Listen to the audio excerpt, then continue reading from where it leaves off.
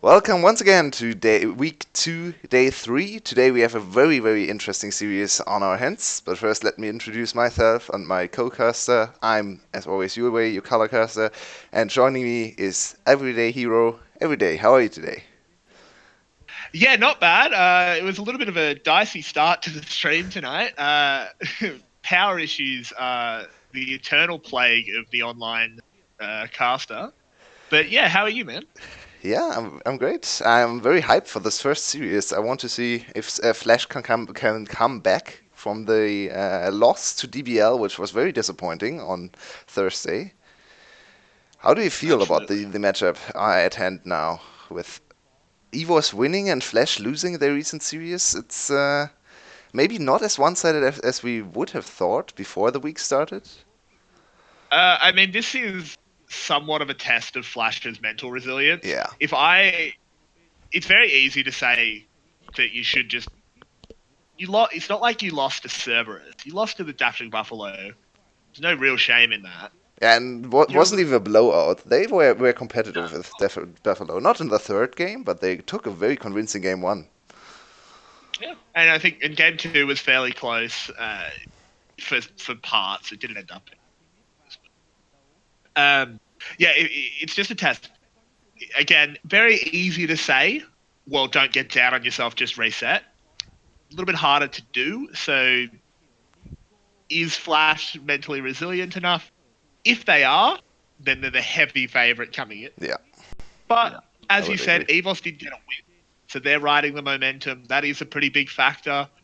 We might have a closer series, but with I FIC think champion slate, I think love EVOS the is one of those annoying mid-tier teams. You think, okay, we should beat them every time, but they are really annoying. They can be explosive. They have Sorn as their jungler. They can pull off the Nidalee and do this crazy stuff in the early game.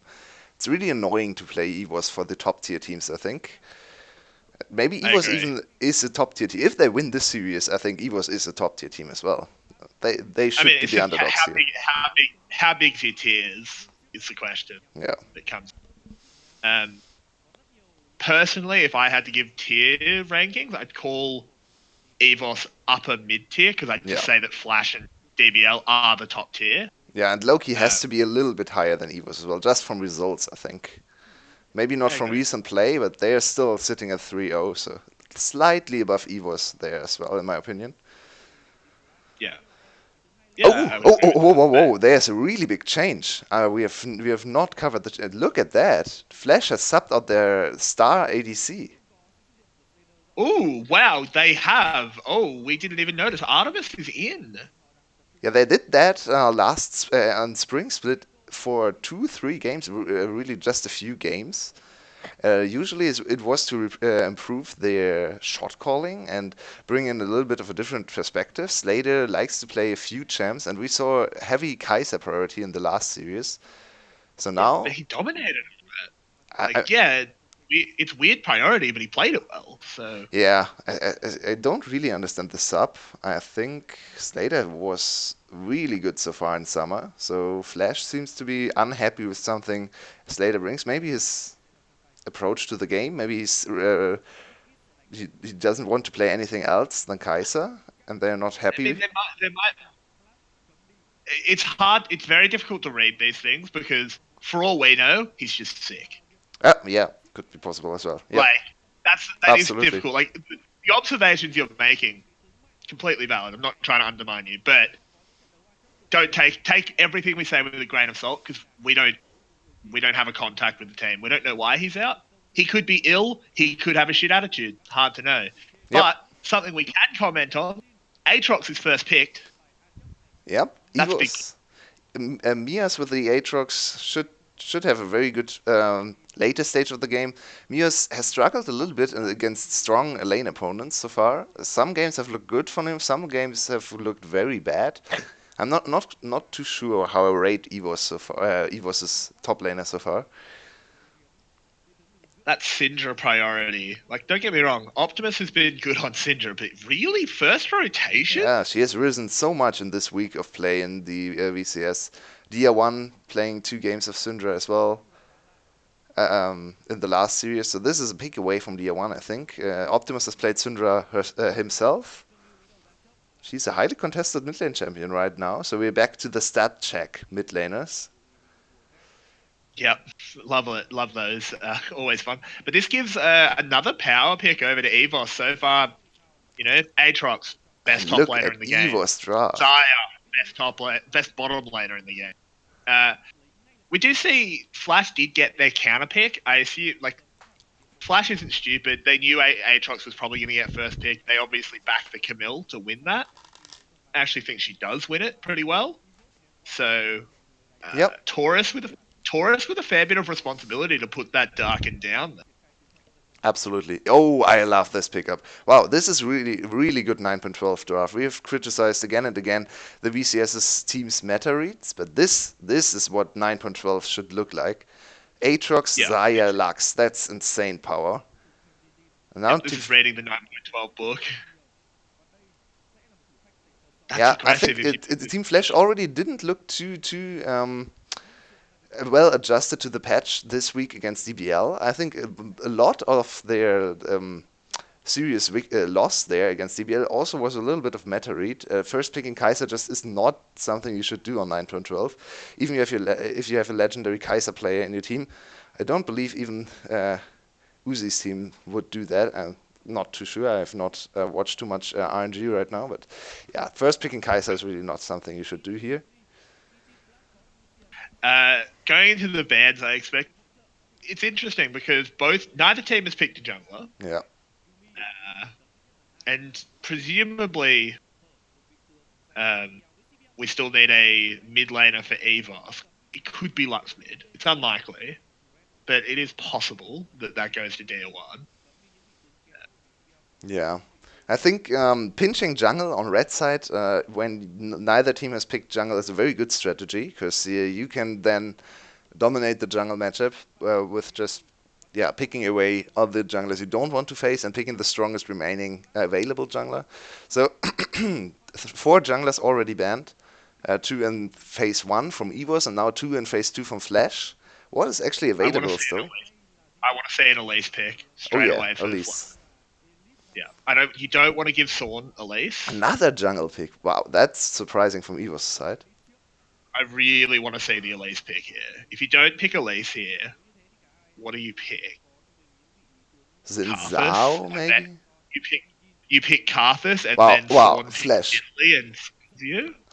Flash, So Flash, what are you actually doing? This is such a weird pick ban strategy.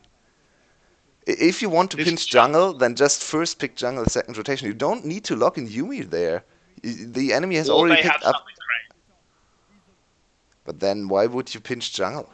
I mean, Just to get Sorn off yeah, okay. comfort, but Let I'm leaving Son Elise up. have Elise. Why Yeah, not? exactly. Right? I mean, that's why I did identify it. Like you should have picked Elise like that because then you push Sword. Yeah, Sword has other things like he's got his Graves, he's got his Nidalee, but If they pick up a good better to push wow, him onto that. this might be the best draft we have seen in the VCS summer. This is an insanely high-powered draft. But only because Flash is allowing it. Yeah, Like absolutely. you can't normally assemble like 5 picks this ridiculously powerful because you don't pick. It's not blind pick. This is Very so true. Very strange true. from Flash. I think the only logic is that they must have a wacky jungle Well, pick. no, Fleece it. that can't be true. That's Wow, that's so weird. Okay, that's law. Flash has lost the draft so heavily. They have I mean, one winning they do lane, have a I guess. really strong early. The two winning side lanes, not side lanes. Solo lanes are kind of winning matchups. But that being said, Camille is not dominating early game against Aatrox. She's better in the later stages than 1v1, but early game Aatrox is insanely good at just handshaking against almost every melee. So, I think bot lane wins as well for Flash. uh, Yumi Lucian's dangerous, it can win. It can win. especially I wouldn't call it like a clear winning lane. I think it's. Zaya Lux is still a strong combination as well. Yeah, I mean it's interesting. I think with Camille in the top lane, you're right. She doesn't. It's not like she's a Renekton against I don't know a Rise that can just dominate the lane or something like that. But with a Lee Sin, Aatrox does have to play pretty safe. If Lee goes up there and Camille gets onto him, Mias is going to be in a fair bit of trouble. But I still don't fully understand this draft. It just seems a bit lost. Yeah, I have to say there's one little criticism I would throw EVOS' way. I don't really like their last pick, Rice. Rice is really strong, and Dia1 is a very good Rice player, that's for sure. But I think Rice into Syndra is a little bit too much of a losing matchup. I would have liked to see the Corki pick up there. Corki can just clear waves against Syndra. Maybe he doesn't have to get priority, but he does not die, and offers very good scaling as well. So Corki, I think, would have been a little bit of a safer choice. Better laning matchup as well into the Syndra. But Dia1 is confident in his Rise. And we have to see if he can hold against Optimus' Syndra. Yeah, we absolutely will. The Syndra priority we're seeing here, it doesn't quite make sense to me. Optimus has been good on Syndra, as I've said before, but in this draft, does she really fit? I mean, this draft is not a five-man draft. This is not. This is a very red side draft. Usually, a blue side draft, especially in season 8 and 9, is focused on building a strong composition, and while red side draft is focused on building good counters. And this is exactly how this draft ran on both sides. We have a strong composition overall, very high power level in terms of champs, where we at 9.12 for EVOS. Very good assemblance of champions, works well together in the later stages of the game as well. And on the other side, Flash focus purely on lane matchups. They have a winning top lane in theory later on. We have a heavily winning mid lane and is potentially winning bot lane. Not too sure about the bot lane, but should be winning as well. So 3 winning lanes. We have a good jungler paired up with them. Sadly for them, not a winning jungle matchup, which is not the greatest to lock in with 3 winning lanes, but he should have a lot of time on the map with the pressure from the lanes. Why was Yumi priority jungle pick? Yeah, that's Lux was the locked in. real question here. I guess they were scared of Lux going mid and Yumi being picked away, but yeah, I don't understand that rotation either. They had the opportunity to Are you pick not up. okay with that? Like, Syndra kills Lux. Yeah, that's true as well. Like, squishy. Because you don't go aftershock if you're in the mid lane. Like, you're much more likely to go Comet or something. And Syndra hits 6, hits a stun, and Lux just dies. Yeah, I agree. That was the most appalling part of the draft there. Locking in Yumi when enemy support is already locked in, and you have pinched the jungle pool just to get the better jungle matchup, and you end up with a wrong jungle matchup, so the wrong side of the matchup.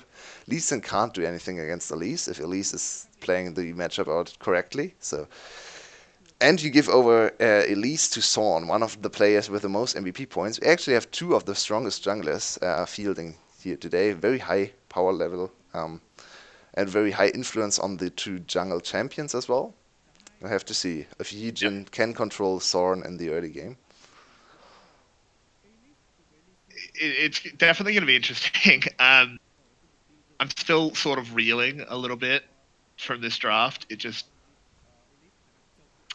Yeah, it's really so hard to break disappointing. I think down. Flash has Exactly. everything but the drafting phase has looked really good from Flash. Flash seems to be the most consistent team when it comes to executing on their game plans. They have a very good mid game. Their early game is no slouch either, but their drafting phase is lacking right now. I hope they get to adjust a little bit of the meta read when EVOS and DBL leave for the Rift Rivals, and they have 2 weeks of time to practice. But yeah, so far not impressed with their drafting phase on 9.12. No, absolutely not. It's interesting, like, to assess, is it good for a team that's not going to Rift Rivals? Like, how valuable is that time because your 2 best teams are going? Presume, like, what you'd call your best teams? The best teams from Spring, at least. Yeah, Yeah, exactly. I mean, that's 2 weeks where you can't scrim the Buffalo, so that's a little bit yeah, that's very true. inconvenient. I'm not sure about scrim culture overall in Vietnam. Maybe they scrim teams from other regions anyway, and this will not impact them too much. I can imagine a lot of Vietnamese teams scrimming things like LDL teams, so the second league from China, or maybe even low-tier LPL teams. I think that's probably happening. Yeah, Uh, true. I imagine the ping's not too bad to no, China. should not be Yeah. too bad. I'm used to the OPL where Oh, to get to our nearest region it's 250 ping.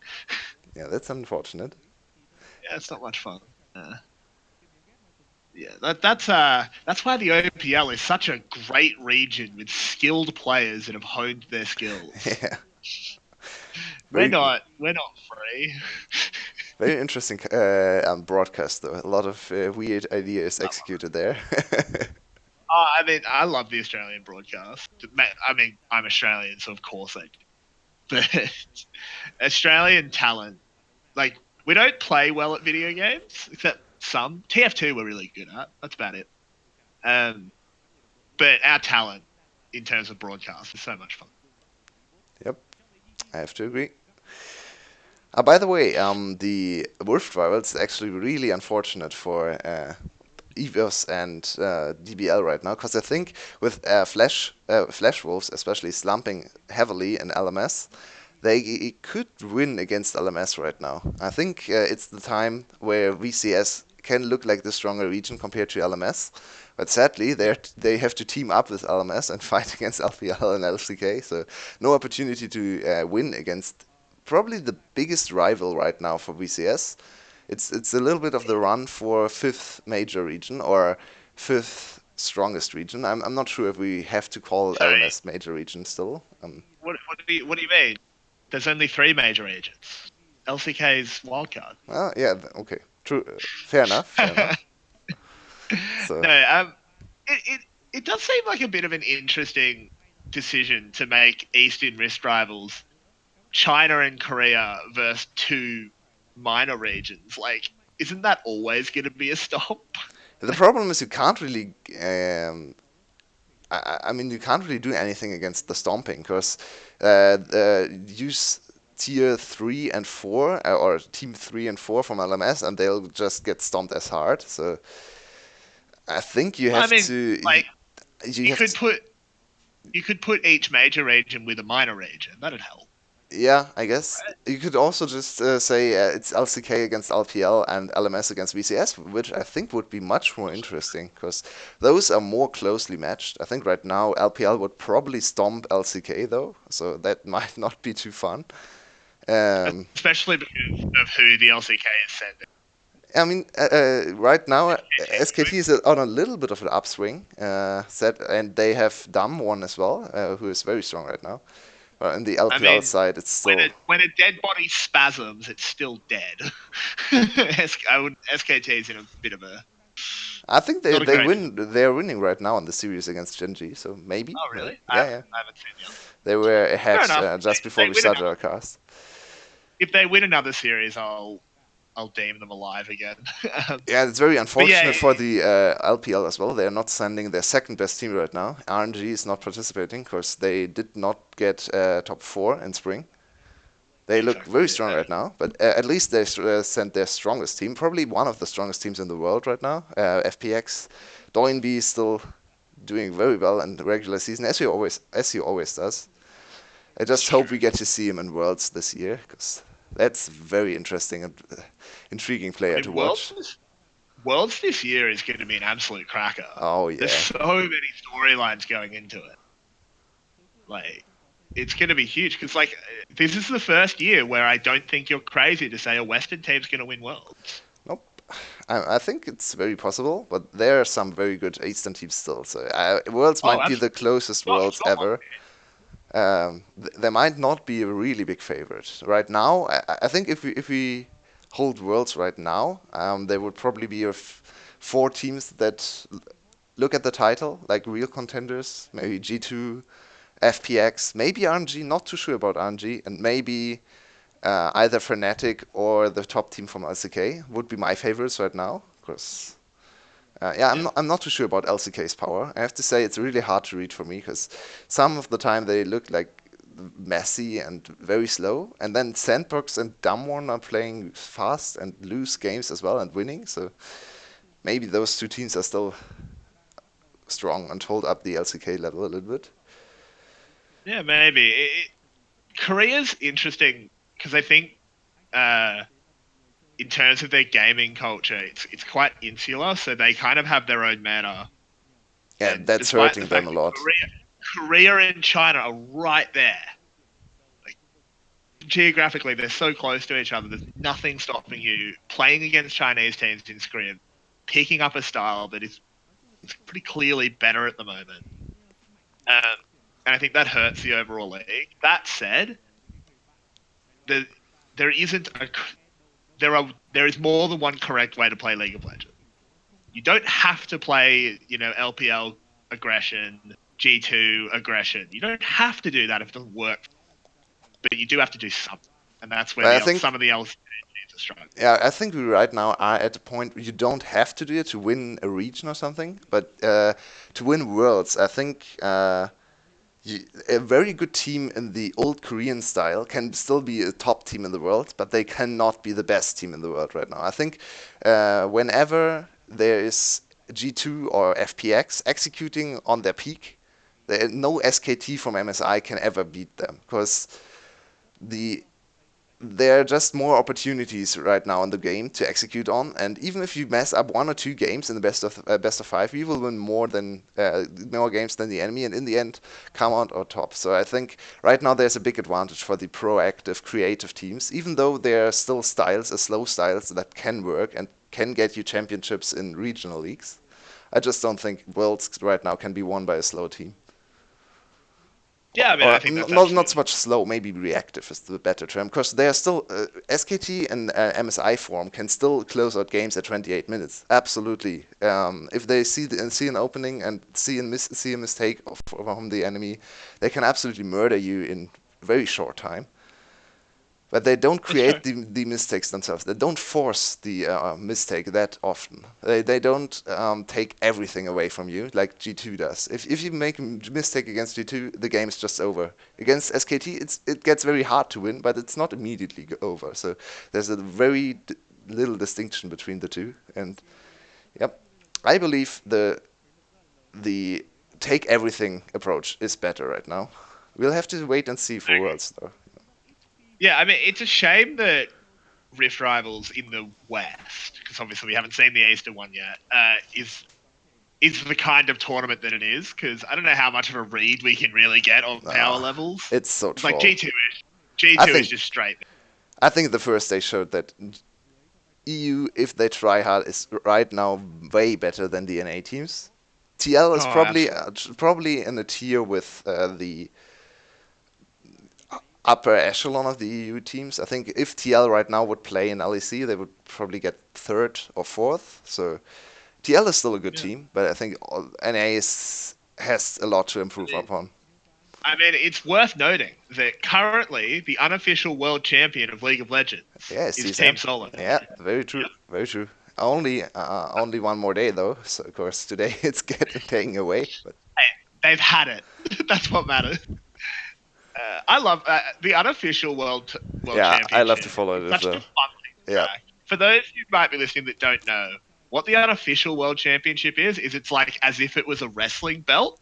So Fnatic started it when they won the first world championship, but the way it works is instead of losing it at next worlds, if you lose a match, you have to give the belt up. And people have tracked it ever since the season one world championships.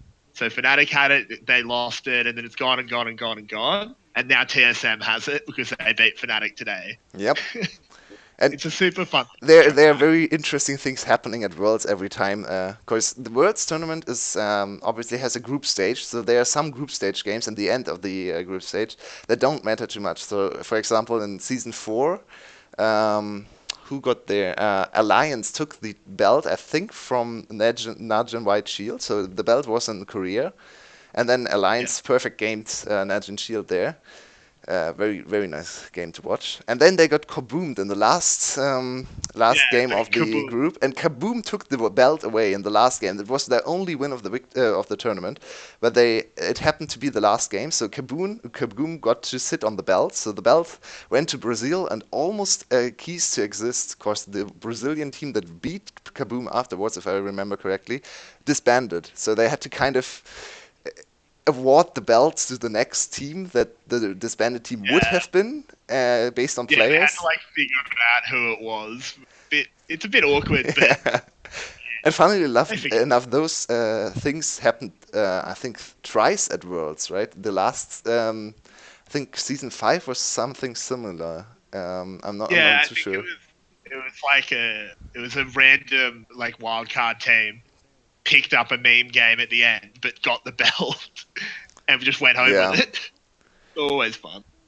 I think Um, once, well, might have been TSM season 5. Because they won one game in group stage and then went out of the tournament.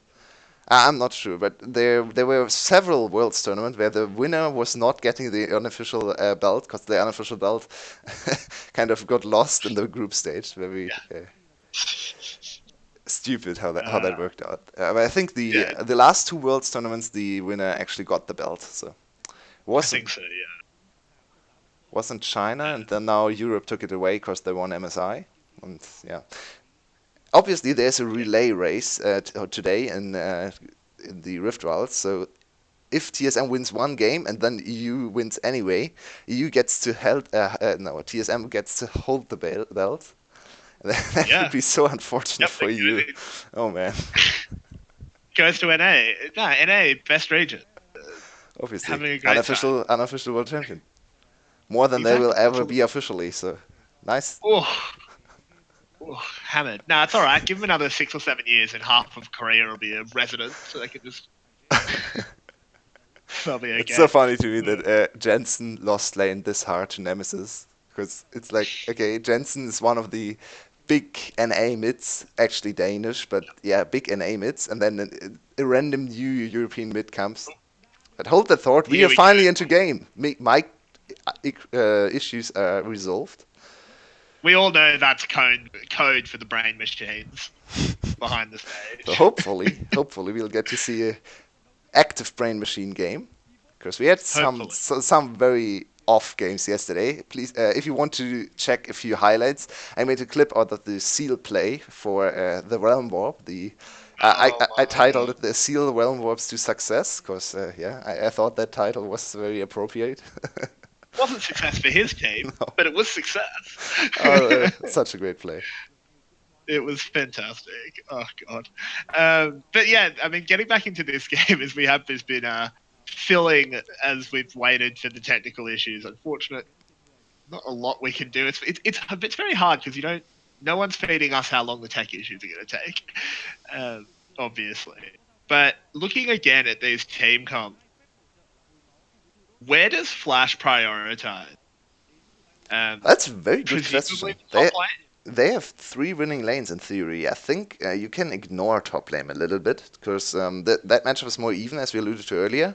So just let them farm out. Wait for maybe level 6, because level 6 dive is very possible on Yijin compared with Taurus. I think level 6 is a good point to gank top lane. Mias can't really do anything if Yijin executes the dive well. Then we have mid lane.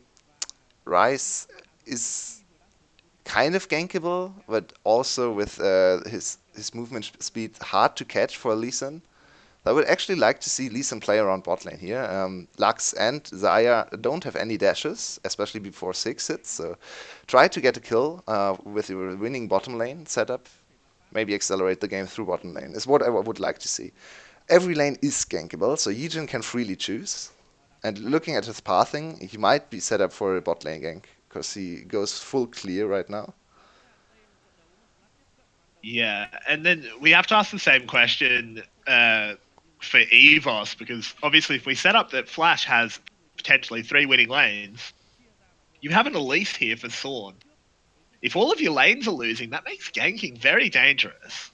But at the same time, Elise really wants gank. Yeah, and at the same time, those ganks are winning matchups, but easy to gank champions. It's Syndra. Okay, she has clans, a very good adaptation for Optimus there. So at least she will be free for the first cocoon landing, but the second one could be her demise. And then top lane is gankable as well. Taurus obviously has his escape, but he needs to aggressively hookshot trade to actually win the lane. So wait for his aggressive hook shots and then try to go in for a gank. But I think they spotted Zorn, not on a ward, but they knew they counted their camps. They knew where he was going. So good awareness by Taurus there. Heejin, we are not talking about this queue. Okay, I Yeah. guess. Look, Scuttle Crab's hard. Yeah. But yeah, that is, I mean, one Scuttle each. So far, jungling pretty even. Pretty much stock standard. Start. It's really just going to be where the party gets started. We have to watch the junglers. I mean, That obviously, was. Why did he do this? That was so weird. I don't understand why Heejin took the vision plant there. He just gave away his positioning yeah, it was. for nothing. Like, what are you ever going to get out of this vision plant? Maybe you get a little bit of a sneak peek on Thorn, but your bot lane is okay. Your bot lane is overextending, so I guess he wanted to ensure that the bot lane is not going to get ganked. That's still a little bit of a weird choice there, and full clear from both ganking junglers without any ganks so far. Kind of favoring Heejin, I think, because Lee Sin level 6 has a better ganking opportunity than Elise. With level 6, Elise likes to gank early on, so far going well for Flash. And already looking at the 600 gold lead through winning matchups, top lane and mid lane far ahead. Actually, the lane we anticipated to be winning almost as much as mid lane is pretty even in the bot lane. Yeah, so far. I mean, the top lane's the real CS difference at the moment. Pretty big wave Yeah, pushing in here for me. It so should be okay after it, but there's not 15 creeps here. no, So. no, he will be at around 7, 8 down to Taurus, which is more than he should be in this early on in the game, especially with jungle coverage from Zorn. So already a little bit of a disappointing start for Mias. Taurus probably a little stronger top laner overall, but Mia's coming in from the promotion tournament into EVOS, replacing Stark, still needs to find his place in the VCS. Yeah, he certainly does, but definitely not. We expected him to be a little bit down here.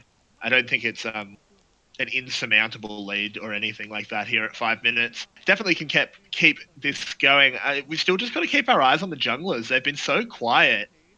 Um, really surprising, especially having Yep, Sorn, who loved making these early plays, just absolutely. hasn't even really gone for anything. It's not like No. he's tried to set things up and had to call it off. He's just been farming. Yeah, not even a single attempted gank, and we are at 6 minutes at 0-0, one of our latest first bloods so far.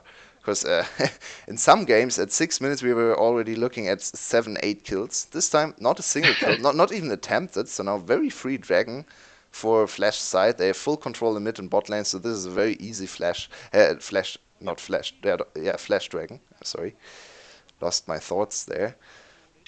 It happens. I mean, EVOS knows this is happening. Yeah, they can't do It anything was about pink, this. but Yeah, nice it start should for be a Flash. red Very, buff here. very controlled.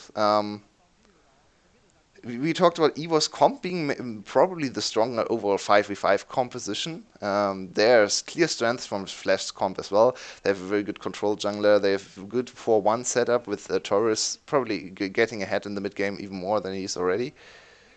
They've not the greatest team fighting bot lane setup, but those bot lanes still deal a lot of damage and can poke and siege quite well. So I'd like to see a little bit of a 4-1 transition from Flash. And Flash actually is the only team in Vietnam right now I would actually um, like to see playing more split push because they are the team with the best understanding of the mid game, in my opinion.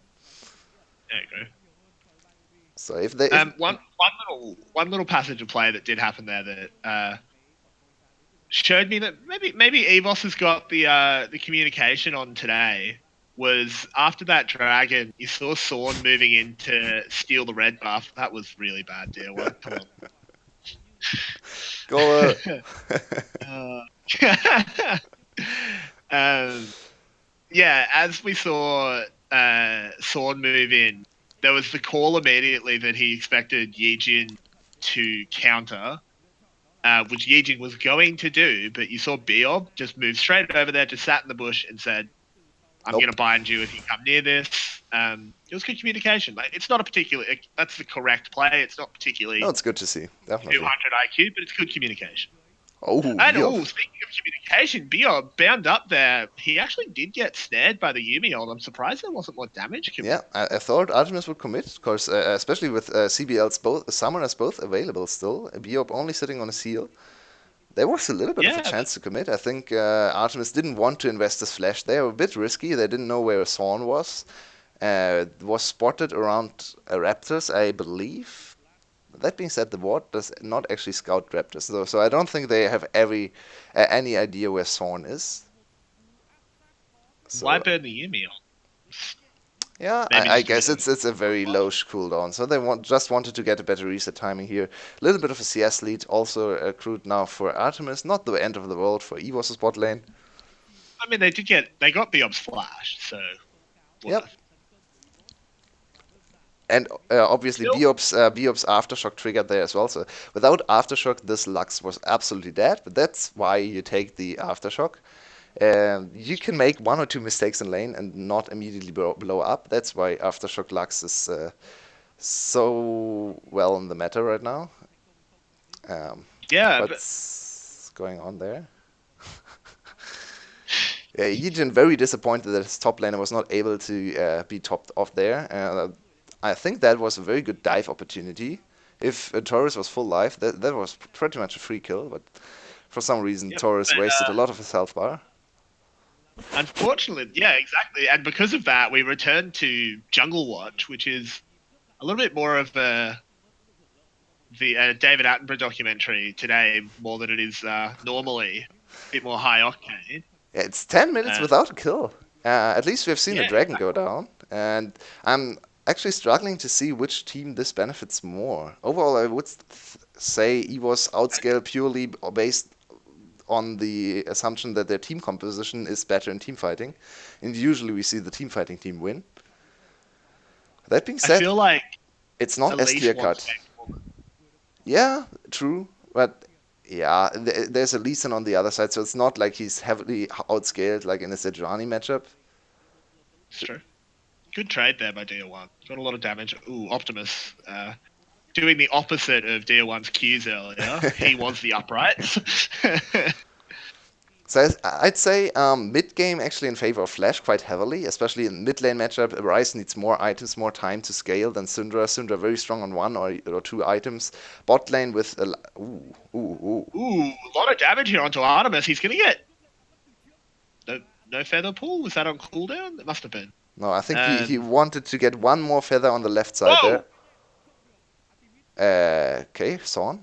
Sawn finally wanted to have a kill happening there, and sadly for him, another goal scored with a skill Yeah, shot. I mean, the Women's World Cup is on at the moment. Maybe they've just been watching a fair bit. Speaking of which, USA made the semi-finals. Good on. I mean, not surprising, right? USA is the most dominant women's football team, so yeah. I'm going to be totally honest. I have no idea about football. I barely know about men's. It's not that popular here. Fair enough, fair enough.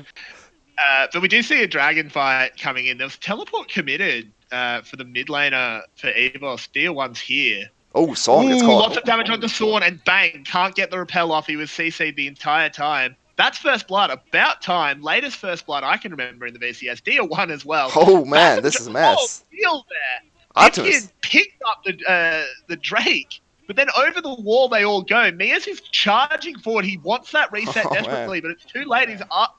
It's timed out. Optimus is getting out. He dodges the Luxalt. They're all on no help. Artemis TP's out. I feel so sorry for Mias. Oh man, that has to feel so bad. But hold that thought. Yeah. Optimus in a very bad spot. Optimus probably should have just pressed B. Ah, never mind. He just floats away. Okay. Have a So nice day. what actually happened there? Flash with the priority on the dragon. They wanted to accelerate their dragon game, another dragon approach, and then EVOS wanted to challenge them for Ocean Drake, which is a little bit of a questionable decision in itself. Roam from DR1 down there looked very bad at the start. Then actually he landed a lot of damage, and Mias came in almost with a triple kill. In the end, he ends up with no kill at all, and this is a really big lead for Flash now. They don't get the dragon, but it doesn't really matter. They use the dragon as a tool to start the fights. 2 kills on Optimus, who has now finished his first item, and a lot of plates for their top laner.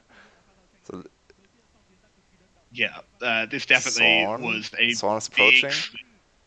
But Yeah, he gets just gets caught. nervous. Yeah, Yeah, it's he just really never gets. yeah. Very He good went into combination there from He went Flash. into he went into Spider clearly wanting to repel, but no chance. Yijin had to smite for health Yeah. as well. He was scared about going down. And DR1, very unfortunate that the ward was placed from Flash. I think if there was no ward, and DR1 could have been waiting and camping in the brush there without getting caught and immediately shut down, DR1 could have had a really big game impact, fight impact there. But sadly for him, Artemis just flashed over the wall, immediately tried to get on top of him, and another kill going over Ooh, to Dear One Optimus. in a lot of trouble here. Bang. Goodbye. Yep. That's a 3-0 Syndra. He's justifying Look the at the priority. damage. Whoa. Yeah, this has turned very hard in Flash's favor now. They have snowballed really good from this dragon fight, especially because Taurus got so much alone time with the top lane, and not a single kill went over with to Mias. So now Taurus, big gold lead, big advantage. Wow. Yijin's gonna die. Oh, never mind. He gets up. Calculated. Not even close, baby. Mias has gets to away. feel so bad about this game. It's so unfortunate how this game is played out for him. Mias, yeah, he's been about 2 inches from glory 5 or 6 times now. Now he has to be careful in the matchup. I think once Taurus completes his first item, Mias can't trade back against him anymore. Especially with his rune setup there. No consistent damage. He goes for the trade, for the burst trades, especially good on Aatrox cause of the resets and team fights, obviously. Not a 1v1 build, not at all. So what are we looking at for the mid game? It's 4k gold lead for Flash. There's a super strong Syndra. You can't really do anything about the mid lane control right now. Very strong if Camille as well. So the only real point where you're almost even is the bot lane. What does EVOS do to stem the bleeding? It's a very difficult situation. You have to have Thorn floating near the mid lane, otherwise Optimus just constantly threatens to all in DR1. Yeah, we just saw he can probably one shot DR1 alone right now. Oh, absolutely, with his ult, no question.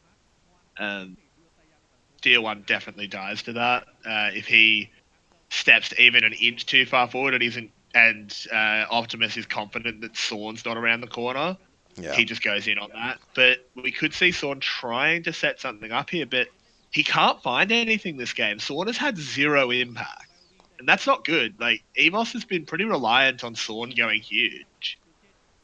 And now they're very late game focused solo laners are biting them a lot, because there's nothing the Ryze can do right now. He can barely clear waves safely against Optimus. And then Aatrox is a very big disadvantage against Camille as well. No chance he can actually stand up to her. We'll probably see Taurus threaten the 1v1 kill. Actually, better trade than I expected from Mias. Yeah, I mean, when every sweet spot hits, that's probably... Aatrox probably wins the trade against basically everyone when that happens. True. That's very true. Really, maybe not Fiora, because she just stands there and laughs at him reposting his most important Q. But yeah. True. I would argue that if you riposte it, that doesn't count as it hitting. Okay, fair enough. To be fair to my point. But no, you are right. I think Fiora is the pretty notable exception.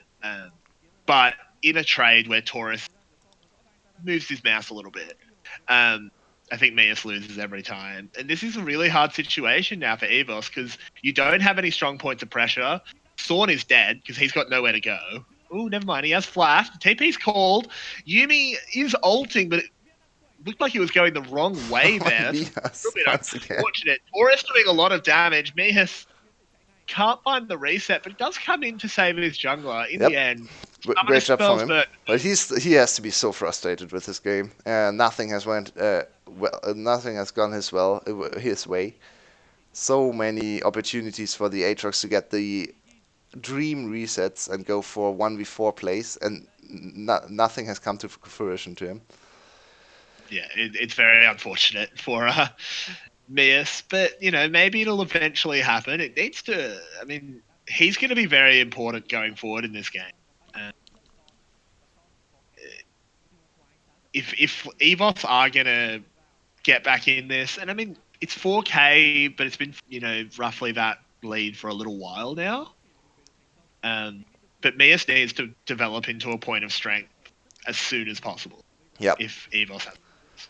They need item completions right now to actually even threaten team fights, because they are far behind in gold. But if they hit their item timings on Divkit's second item, on a DR1 second, or 1.5 item spike there on Rise, he needs the transformation and another bit of items coming in. And then Mias really needs his first item to be completed for the first two fights. Yeah, they have a little bit of a chance if Mias gets his resets, if maybe Artemis or Optimus get caught there. But right now it's not looking too great for EVOS. Flash has grown a little bit of an insurmountable lead, or almost, because as I said before, the matchups are not great for EVOS, and they can't really find anything. No, it's absolutely not. And the fact that Optimus has gotten this fed is really, really bad. Why? Oh, Yijin just goes in and just assassinates Sorn. Yeah, there And I was a mean, lot this of is damage from CBL as well. Look at CBL's items. exactly. CBL is super strong. He's so much stronger than the Lux right now. Usually, I Yeah, think Lux is a little bit stronger overall than Yumi in terms of power level, but right now this Yumi is so much stronger than this Lux. So a really big disadvantage for Flash, even in the support matchup. And this is yeah, something you can do absolutely. with Yumi, right? You can just put her on your assassin and give him the little bit of extra damage he needs to complete his assassination, and successfully completed his assassination on the enemy jungler there. 4-0 for Flash, 5k gold lead. It's looking strong. Yeah, Flash very It's really controlled approach to the game. They controlled Sorn perfectly. To be fair, Sorn didn't really do anything himself.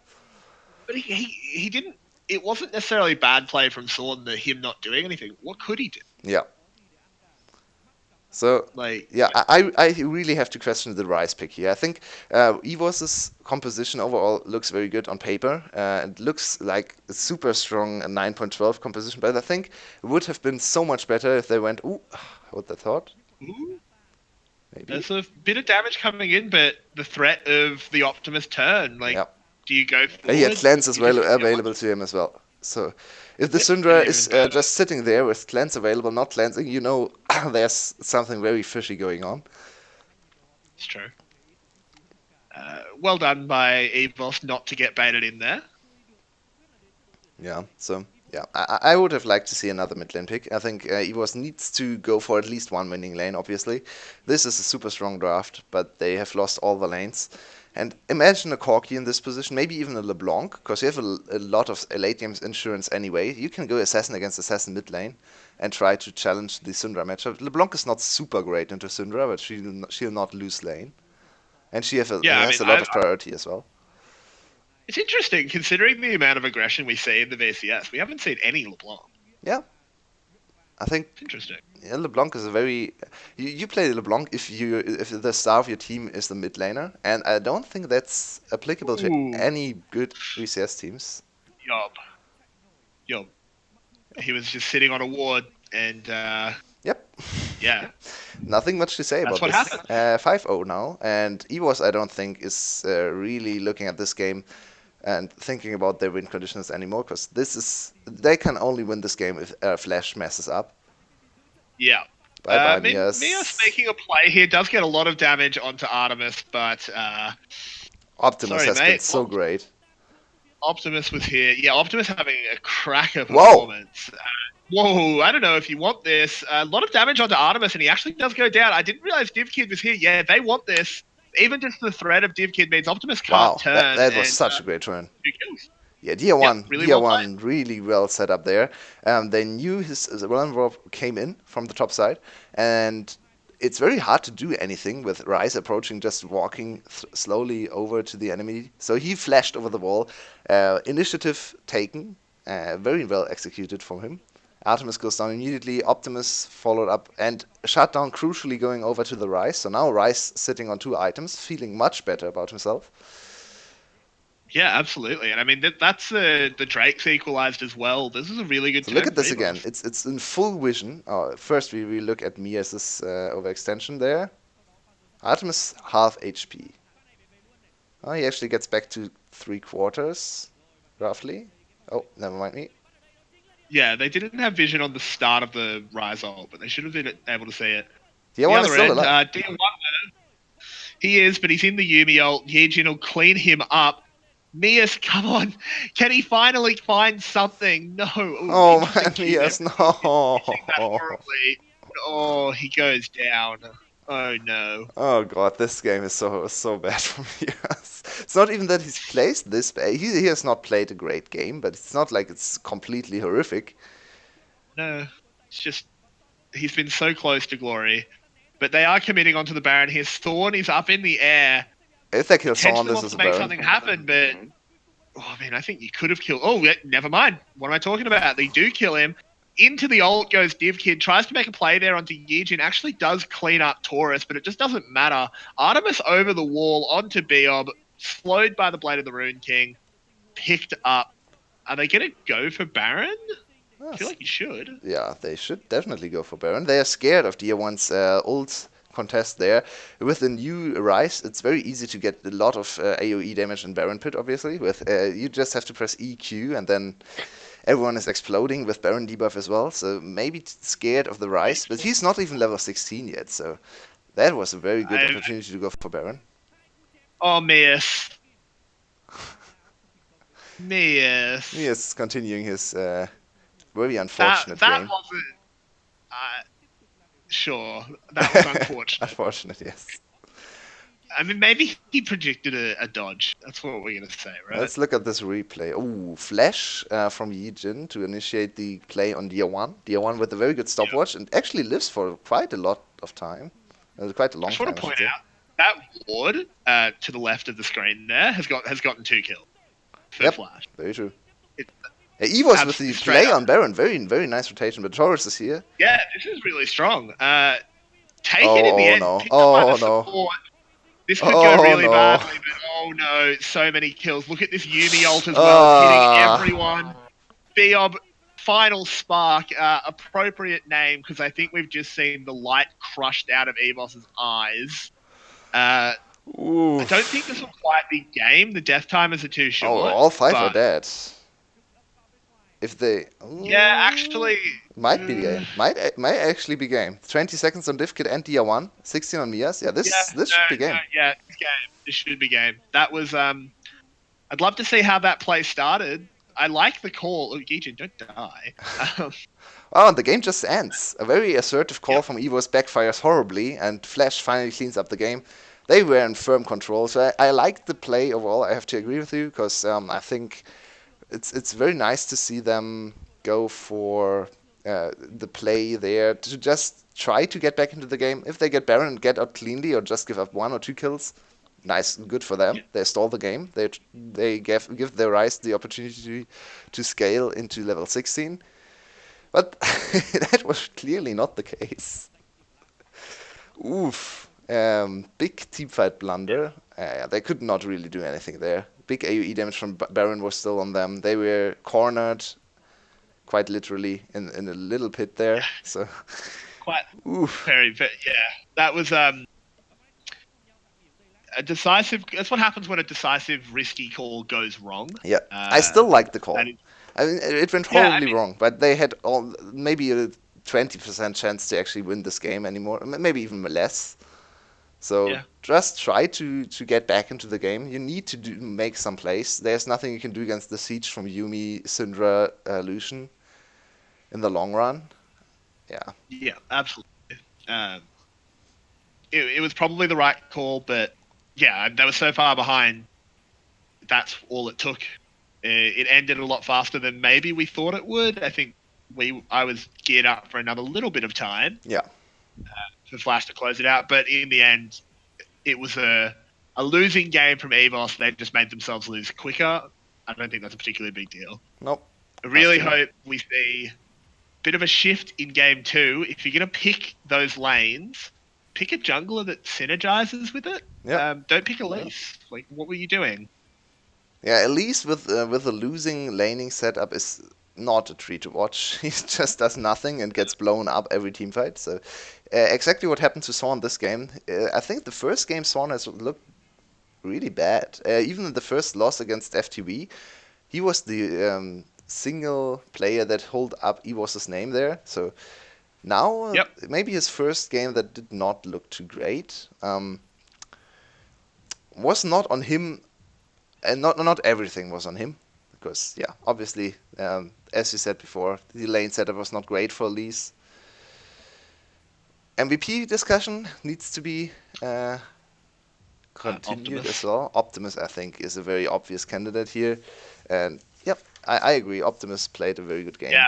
I think Optimus had a really, really good game, and he was such a strong linchpin for Flash to play off. Yep, picked away the Syndra from DA1. DA1 had two Syndra games prior to that yesterday, so yeah, pick away the best champ from the enemy and perform well on him on it. Very good to see from Optimus. Yep, I agree.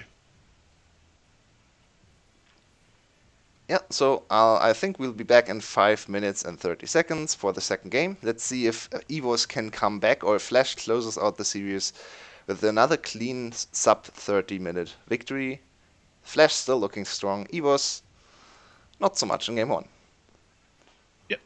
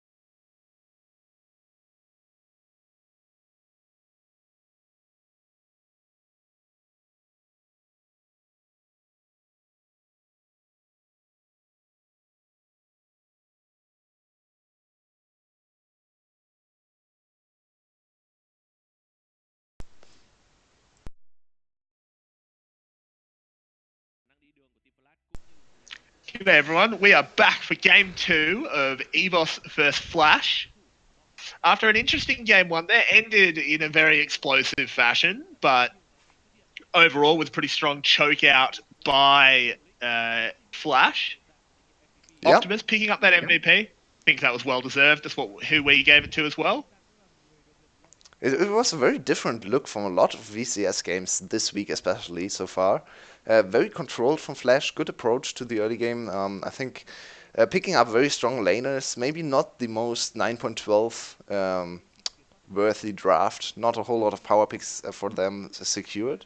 But they won all their lanes and snowballed that lead after a big dragon fight victory into the game win as well. A good approach from EVOS to the Baron, as we alluded to last game. They tried one last stand at the Baron. They saw Flash kind of out of position. Oh, no way in. Interesting. Ooh, this is I don't. traditionally this has not been a good decision by Nope. EVOS. I don't like the change. Picking up an even worse laner than Divkit. Okay, not even. Divkit is a good laner. Picking up a worse laner than Divkit might not help them. They lost against the substitute ADC, against not against Slater. They lost against Artemis, so not the greatest look for the bot lane. Kind of looks like it's a bit of a tilt swap. Like Yeah. I obviously look. I'm probably wrong, and I hope I'm. It kind of looks like some VCS teams sort of just have a "we'll swap when you lose" policy, Yes, and yes. that's a really, really bad way to do this. Like, Yeah, I don't. agree. It's not winner stays Especially off. EVOS, I think. EVOS really seems to have one starting ADC, and whenever he loses a game, swap out for the other ADC. Which, yeah, I don't like this policy at all. I think giving them at least a whole series is always probably the better option. You can swap in playoffs. If you really feel like one player is underperforming, and I don't think Divkit did underperform last game. If anything, you should swap out Mias maybe or Biop. Yeah. I'm not sure. Don't think Divkit was the problem there. No, I don't think. I think bot lane in the end was pretty uneventful in the lane phase at least. Yeah, it's actually pretty hard to fold one single player for the last game loss. I think overall Flash just looks like the better team.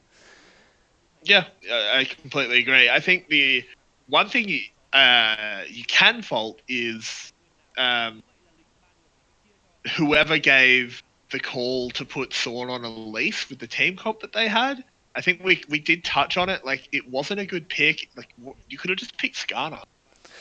That being said, I think putting Son on Elise was not the biggest problem. I still think with a winning mid lane matchup or an even mid lane matchup, Elise could have done so much more. Elise really needs the river to be controlled for her to invade the enemy jungler. And usually Elise against Lee Sin is a winning matchup, especially in the earlier stages of the game.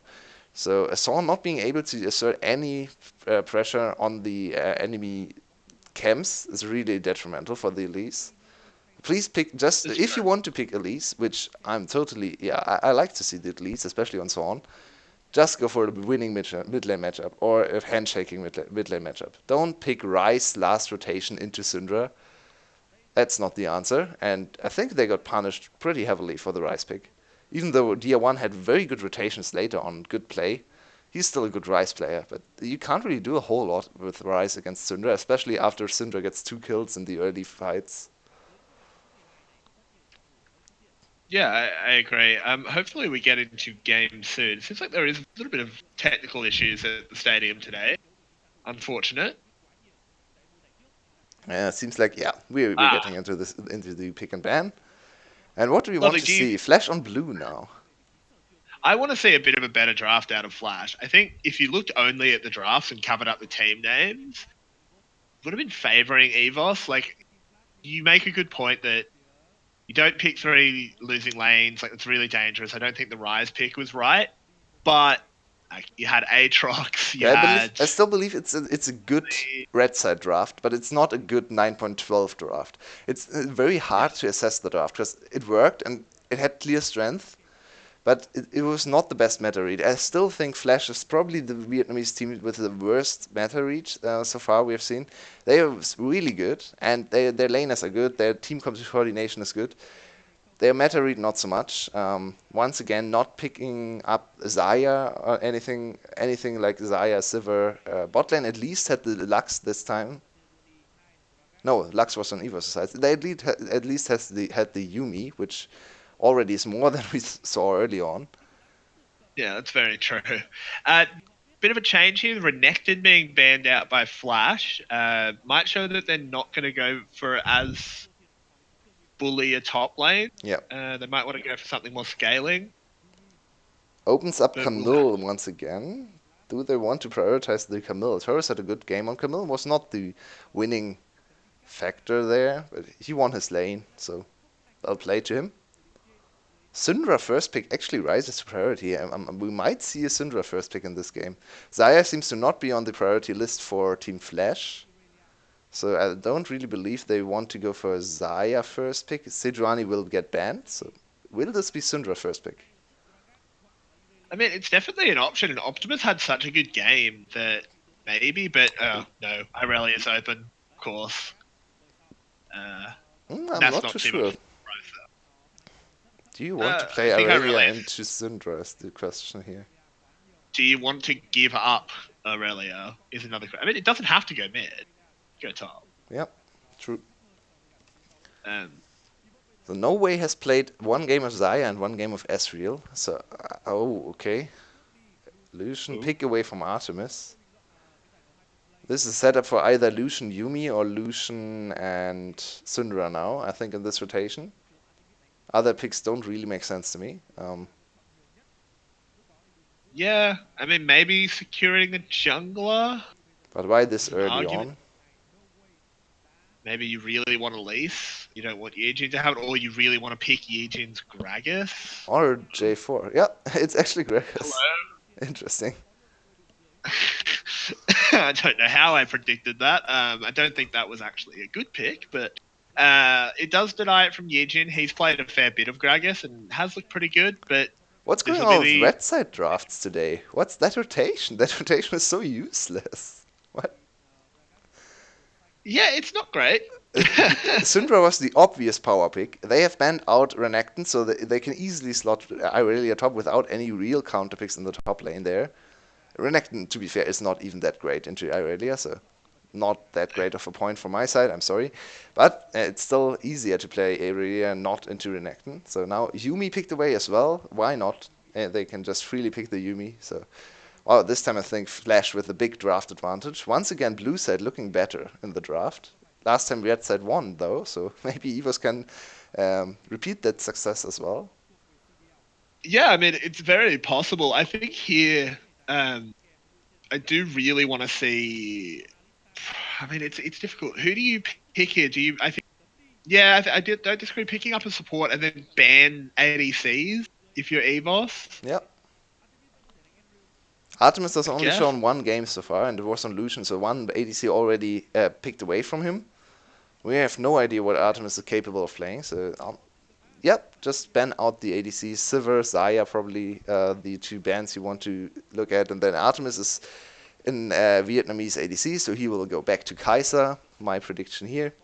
I would like to see Ezreal Probably. Yumi. I would like to see Ezreal for the Flash. So maybe even an Ezreal ban for EVOS better than a Kai'Sa ban. Not sure.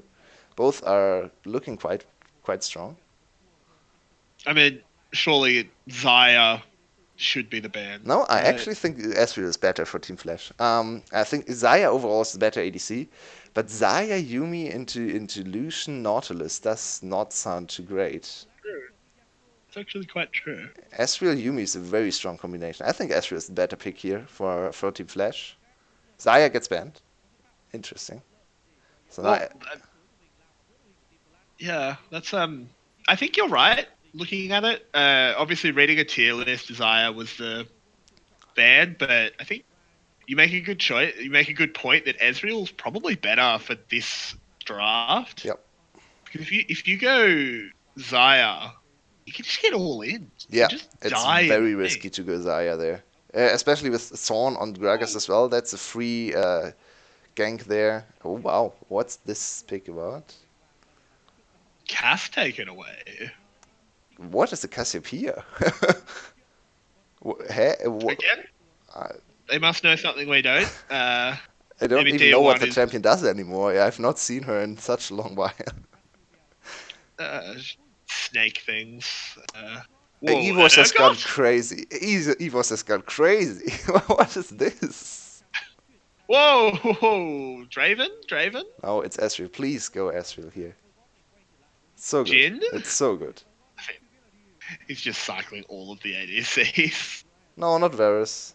Not Varus. Varus isn't No, terrible. Varus into So Nautilus dangerous. Gragas. It's Yes, so yes, dangerous. that's the right choice. I'm so proud of you, Flash. Flash, you did something right. It's insane. Oh my god. You sound more proud than my parents ever have. For picking up an Ezreal. Rek'Sai coming in as well. I think that's not a bad pick there for Yijin. It's not. I mean, it's sort of the last early-ish. Actually, I'd say that Elise is open. Yes. I like the Rek'Sai here. I think especially looking at mid lane, Rek'Sai Sivir combination, not Sivir, Syndra combination. It's better to get the kill at level 6. And now you have to pick into Rek'Sai Sivir. What am I talking about? Syndra. Um, Which really Yasuo's wants open. Whoa. What? What? Why? Where? When? How? Urgot jungle, Gragas mid. Wait, what? What was that It's last pick? Whoa. EVOS has completely lost their minds with the solo laners here. What? This is insane. What is it? Camille? I'm so confused. Urgot on 912? Urgot into Has Irelia. I sadly have no idea how that matchup works out. Maybe Urgot is a good champ into Irelia? I mean, a few patches ago I would have said he was, but he's really weak at the moment, especially in lane. Yeah, the early game can't be great for Urgot in this setup. Maybe once he hits his W evolution, he might actually be stronger than Irelia in the pure fight where Irelia maybe misses her E as well. If you can dodge E, Urgot should have the damage advantage. That being said, Irelia probably can decide all the terms on which they're fighting on. If Irelia doesn't want to fight, there's no way for Urgot to initiate the fight. So don't quite understand the Urgot pickup. What baffles my mind even more is Camille. You're last picking Camille, mid lane Camille, into Syndra Rek'Sai, with 2 AD champs already secured for your team. Excuse me? Why? It just doesn't make sense to me, especially, like, there was no attack on the mid lane pool. You could have had anything, and you've shown that you're happy just to pick late game mages. Like, you played Rise last Yeah. game. I'm so confused. I mean, they want to snowball through mid. It's very obvious, right? It's a double stun setup for mid jungle. Thorn and Year 1 want to take this game in their hands and go for the full mid lane snowball. Camp the mid lane, camp the Syndra. I hope Syndra went cleanses this game as well. I saw a TP in Champ Select. I really hope it's not a TP. It's a TP. Get me out. It's a TP. Get me out. That's super dangerous. That's op. I don't know about that one. The Decepticons might be getting a win today with Optimus performing like that. I mean, our Optimus had a great game, right? The game one did, was super good. Oh yeah, absolutely. But why are we so zoomed in here? I'm not sure. It's a nice skin. Yeah, it's a nice skin. Nautilus looks super cool while walking. So that is the Nautilus skin I use when I get autofill. So. By the way, Nautilus, please go for your swimming adventure there. It's best taunt. Yeah, it's best joke. Badadoo, badadee. I love Nautilus. Ooh, hello. A little bit of a scrap at level 1 here. That's corrupting pot forced out here by Deer 1. Well done. Yep. 1 stick already forced. And the lane matchup. Ooh, wow. Ooh, it's not Final supposed to goes happen. straight in. Lots of damage, but well done by CBL. Detaches to. Yeah, sadly, it's Yumi level 1. You can't win against Yumi level 1. It's really not great. No, and you can't. With the little damage nerfs on the Q from Nautilus coming in, you actually felt that in the trade. 20 more base damage is actually a significant difference on level 1. It's not Yeah, as great as it was on 9.11, 9.10 for the Nautilus. Level 1 trades usually don't go in the favor of the melee supports anymore, especially not against yeah. Yuumi. Oh, Optimus. Can we please not Up- look at mid lane anymore? That was ugly. that was not a pretty stun. I mean, I always think that's the best bit of skill expression on Syndra is how you use that E. Uh, Yeah, exactly. he's just warming up. A He's lot of just skill warming up. expressed by Optimus there. I just remember there was a clip from I think it was MSI of Rookie playing Syndra, and he has two orbs out, and he throws a stun, and they go in completely Oh, different that's directions. one of the Both of greatest them, Syndra's play of all but time. both of them stun, Yeah, and it was top lane it was dive. beautiful. Oh Yeah, it man. was the top lane. Oh, it was beautiful. Oh, By the way, CBL almost killed himself in the last trade there. He walked did he? up as a level 2 Yuumi to Nautilus, and if Nautilus landed the hook, it was very close. It hit a minion. I think Yuumi was dead there. Nautilus has so much CC, she can't use her W. He has Ignite Yeah, and a follow-up no way with PTA Lucian. Lucian. Yeah, that was Yeah, super dangerous. CBL actually playing with fire there. Wow. yeah, Sivir. Yeah, be a little bit careful. Like Yumi's safe, but not that safe. Uh, Certainly Oh interesting. This no. could be a gank here. Yijin's active. Good Mias has flash. to burn that flash. Uses the dash, but he's still getting attacked here. Takes a fair bit of damage, but won't go down. And now he has to use his teleport. They wanted to force the teleport more than anything, so force teleport and flash. Better reset Yeah, timing he for does. Taurus. Taurus is still not level 4 though. They kind of lost a little bit of XP there, a little bit of leeching coming in from Legion, who should hit level 4 soon after the 2 more camps there. Maybe even 1 camp is enough. Mias has no idea. He's just sitting on a ward in Oh, that the bush. wave state is horrible. Oh, wow, the wave state is so horrible from years. My god. And Yeah. Swan is still around. I don't Not Swan, Legion is still I around. don't understand this Turgot pick. Like it's clearly not a counter. Oh, good, Um, good teleport. Good Ooh, teleport. return gank.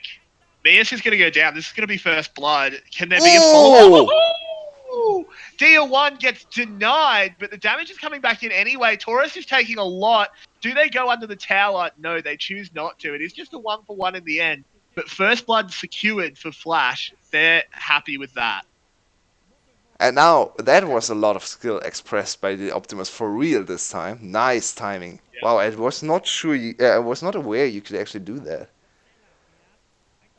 Yeah, That I thought actually it was makes just the matchup he was even unstoppable. worse for Dia1 in the mid lane. Optimus should actually hard win the matchup after level Whoa, 6. whoa, whoa, Artemis, what are you doing? He just E'd Oh, forward. CBL. Oh, poor Yuumi. Oh.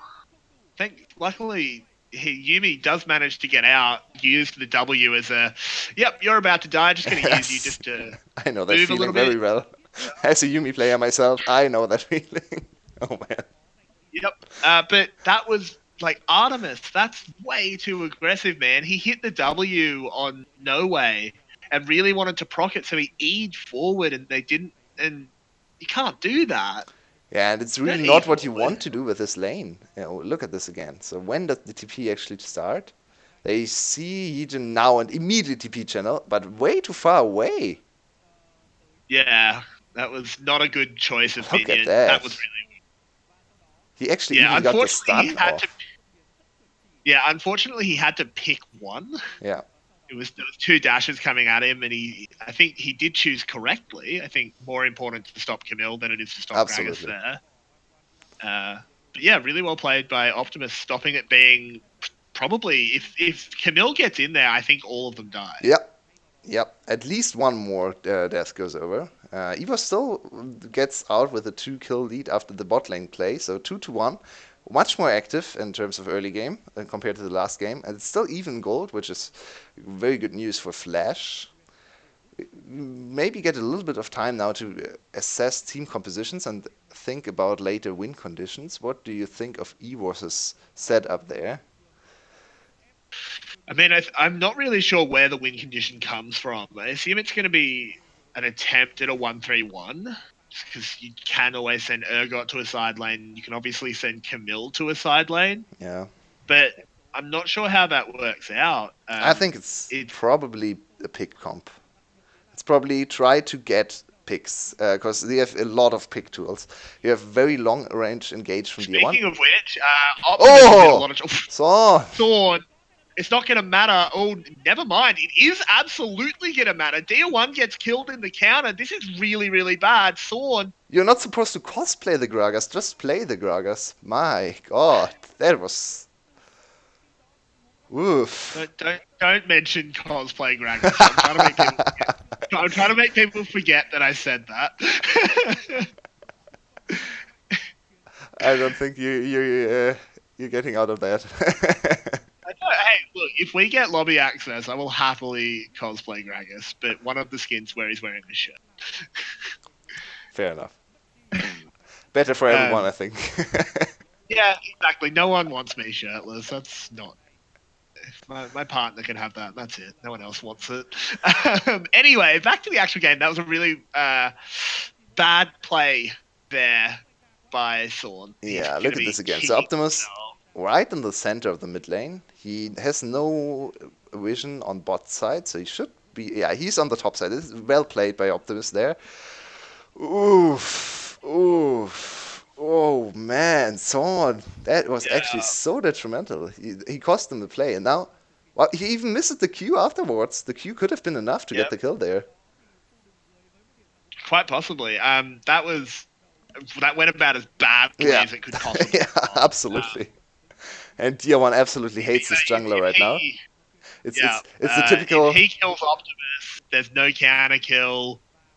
Ugh. It's the typical moment where your jungler types after the gang. Yeah, better mid laner wins. Unlucky. better mid. Like OMG, why no stun? Yeah. Why is my mid laner hinting? That was pretty please horrific. never again, Horn. Son, please never again. I mean, look, Thorn's allowed one mistake, right? Absolutely. He's had a very good split. It's not his day today, but he has had a very good split. I have to agree. Yeah. We will have to see what happens. I mean, Dia1 did look like he was winning the all-in pretty hard. It's hard to judge Syndra because obviously she hadn't altered yet, and that's where so much damage comes in. Yeah. But if Dia1 can hard win this matchup, that's pretty good. And Dia1 is absolutely stomping this lane. Look at Dia1 CS. He's immediately against ranged, and we already saw that Optimus can deny him any entrance. So usually, the Camille lanes are very easy to judge. If Camille is able to aggressively hookshot and force trades, she wins. If not, she can't win. And we saw Optimus is absolutely able to delay or deny the entrance there. So Dia1 should lose this matchup quite heavily, but for some reason, he's actually winning in terms of CS and pressure, especially pressure. Optimus is playing very, very backwards. I think we saw in the early game, Optimus has been using that E to fish for stuns and also to use it for wave clear. Yeah, very which true. is, I don't. I mean, like maybe it. that's. I assume he's making that call based on experience, but it's so risky. Like that's how you stop that's this. how you use it. Nicely done. As you go, and this is actually the counter. I didn't realize Yijin was there. Hextech Ultimatum is used. Ooh, the ult is just enough.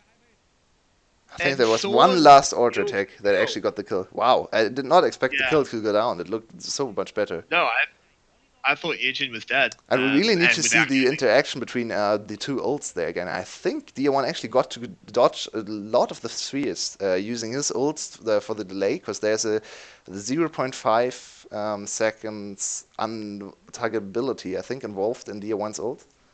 And if I saw it correctly, he was absolutely... Oh, this is potentially dangerous here. Hookshot will come forward. Good flash by Optimus. Optimus has never played the matchup. Optimus is so bad in the matchup. He has everything... wow. Oh, this is a drunk game, I guess.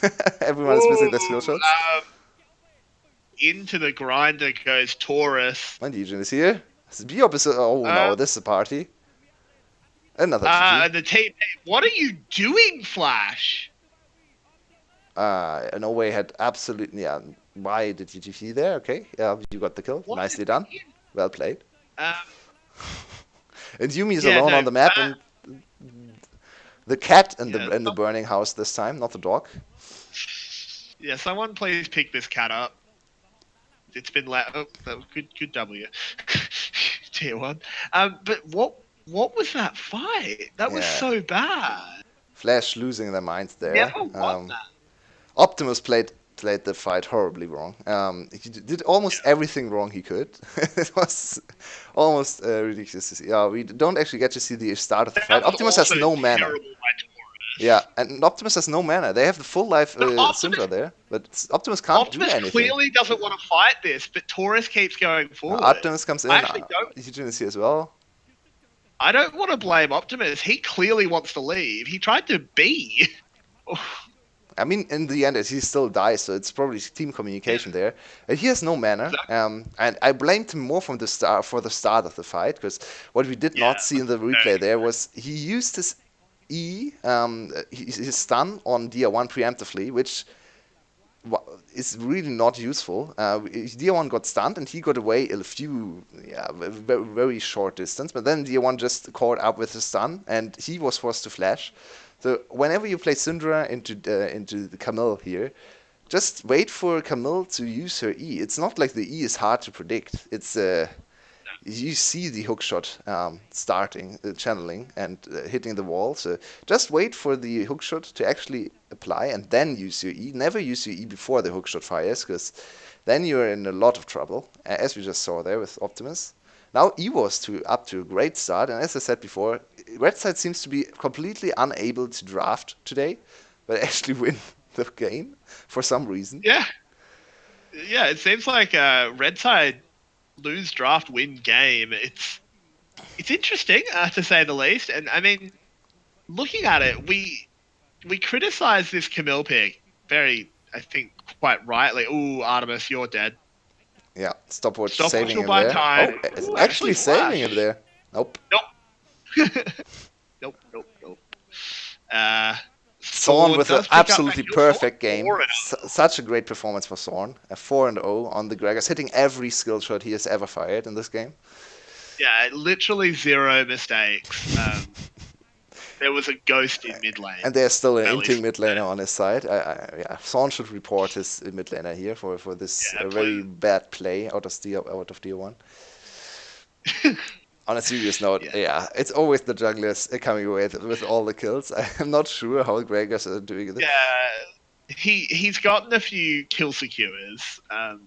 He hasn't had a bad game though. Like No, no. we are An ragging. okay He game. had one disaster. He had one disastrous mistake, but other than that, he's been fine. Biob has been found and just gets blown up. Yep. Yejin fires back. Nice rotation Well there. played. Yumi Rek'Sai is pretty scary. It was without any vision. It was really just a lucky pick. They wanted to go for a dive on Dia 1, and there was just a Biob strolling around there, so, yep, okay. Well, I mean, if they would have had tremor sense. Actually. Oh, yeah, that's true. Yeah. I always forget about Tremor Sense, but yeah, It's so you're right. but still, like they didn't know he was there before that. So Some pros are even forgetting about Tremor Sense, but hold that thought. It's a real big collapse coming in for EVOS. Never mind me. yeah, but I think it'll be disengaged fairly easily. I think they could tell something was up. That was a lot of damage. Wow, now I'm scared of this Gregors. Yeah, There's I mean, 500 damage on the Q. Wow. whether or not he earned those kills, he still got the gold. So he's pretty accelerated. Has that full jungle item and a Seeker's arm guard. That's a lot He's of no damage. joke. Oof. Gregors is scary. Yeah, he's very fed, and look at him. It takes a fair bit to get him that way. It's a 4k gold lead now, almost 5k, I think, after the turret falls now. It's 4k pretty much. And we talked a little bit about the win conditions not being too clear on EVOS' side. I said it's a pick comp, and I think they just need to continue to look for picks. They have so much dive. There's nothing Astral can do if everyone jumps on him. Same goes for Optimus, especially without cleanse. Great choice, by the way. He's Yeah, had some great tips. I think we need to see a lot of dice. Flash, in my opinion, outscales this quite heavily. They have the safe Ezreal. Once Ezreal hits a crucial point in the game, it's very hard to dive him, especially with a Yumi in his backhand. Then with Optimus controlling the battlefield, if you maybe someone of his teammates can inform him how to play against Camille, and maybe in 20 Maybe, minutes he's able to actually use his stun. So EVOS still needs to accelerate the game. It's a good position, it's a good early game lead, but they can't slow down now. absolutely. I'm not a huge fan of Artemis's build. I understand his logic because he is very far behind. 0-3, 20 CS down is pretty ugly, but he's going for the. He's already picked it up, in fact. The Iceborne Gauntlet rather than the Trinity Force. I just feel like you do so much more damage with Triforce. Yeah, but I think in this game this is actually the better choice, or at least even nice, because they have a lot of AD damage. Taurus. Taurus is dead. Ooh, Taurus, you're so screwed. Yep. There's an That Urgot was an there if they want the absolutely grinder. useless ult from Camille. Absolutely no reason to use ult there, but okay, use the ult. He wanted the kill. He didn't want the Urgot to take it. Still no Trinity He's Force completed for Taurus too, so yeah, Taurus is once again, I don't know. Yeah, last game he was doing quite well on the Camille, but this game he's not looking too hot. And Mia's this time on the high skill cap champion, that is the Crab God. Yep, you gotta press W and do some scuttling. Yeah, you need to run around the enemy. Highly mechanical work there. Have you played Urgot in Aram? Aram? No, It's ridiculous. It's so not a big fan. ridiculously strong. I can imagine. I have a friend who, every time Urgot is even on any position, he does everything to get the Urgot, and usually he gets it because no one knows how strong Urgot is in Aram. Yeah, it's it's no nice thing to see. It's really Yeah, ridiculous. that's You can't dodge him. He's just standing there level 9 with Conqueror, constantly applying everything to you. Wow. It's as ugly as the champ is. So yeah, not great. I mean, look, you can call him ugly. I call him the one of the best flavored Yeah, like, I champions. absolutely love Urgot. He's so well designed. Especially this skin. I think the splash art from this skin is the best thing LoL ever produced. I wish I hadn't just phrased that as the best flavored champion. Oh no, because it's a crab. I don't want to lick Urgot. I mean, it's a crab in this skin, right? Maybe? Yeah, true. It's a crab. Crab. That's a lot of crab. It's a crab with some weird mechanical things in there, so maybe not the best taste. Look, in the dystopian future, that'll be a delicacy. Maybe. Oh, After D1. global war. Ooh, D1. Oh, Good ward. Good ward. Very good ward. Good job. Don't face check. And EVOS, even though the game has slowed down a little bit, and we are talking about crabs and crabs with things attached to them and how it tastes. Sorry about that. Yeah, they at least have accelerated the game in terms of dragons, and they are now set up to go for a very good Baron's dance. This dragon setup, by the way, is one of the best for going for dragon. Not for the burst damage. You would like to have 3 infernal drakes, not three mountain drakes, or 2 mountain, 1 infernal for the pure damage on Baron. But this one is a very safe setup because they can just initiate the Baron dance, back off, get topped off with their 2 ocean drakes, and then reinitiate the Baron. So I like this a lot. EVOS can play around Baron now, especially in 5-6 minutes. I feel like any team that's against an Ezreal isn't going to complain about getting a couple ocean drakes. It just takes so much power out of his poke. It forces Flash into a situation where they sort of have to all in. That's super hard against this. You're behind.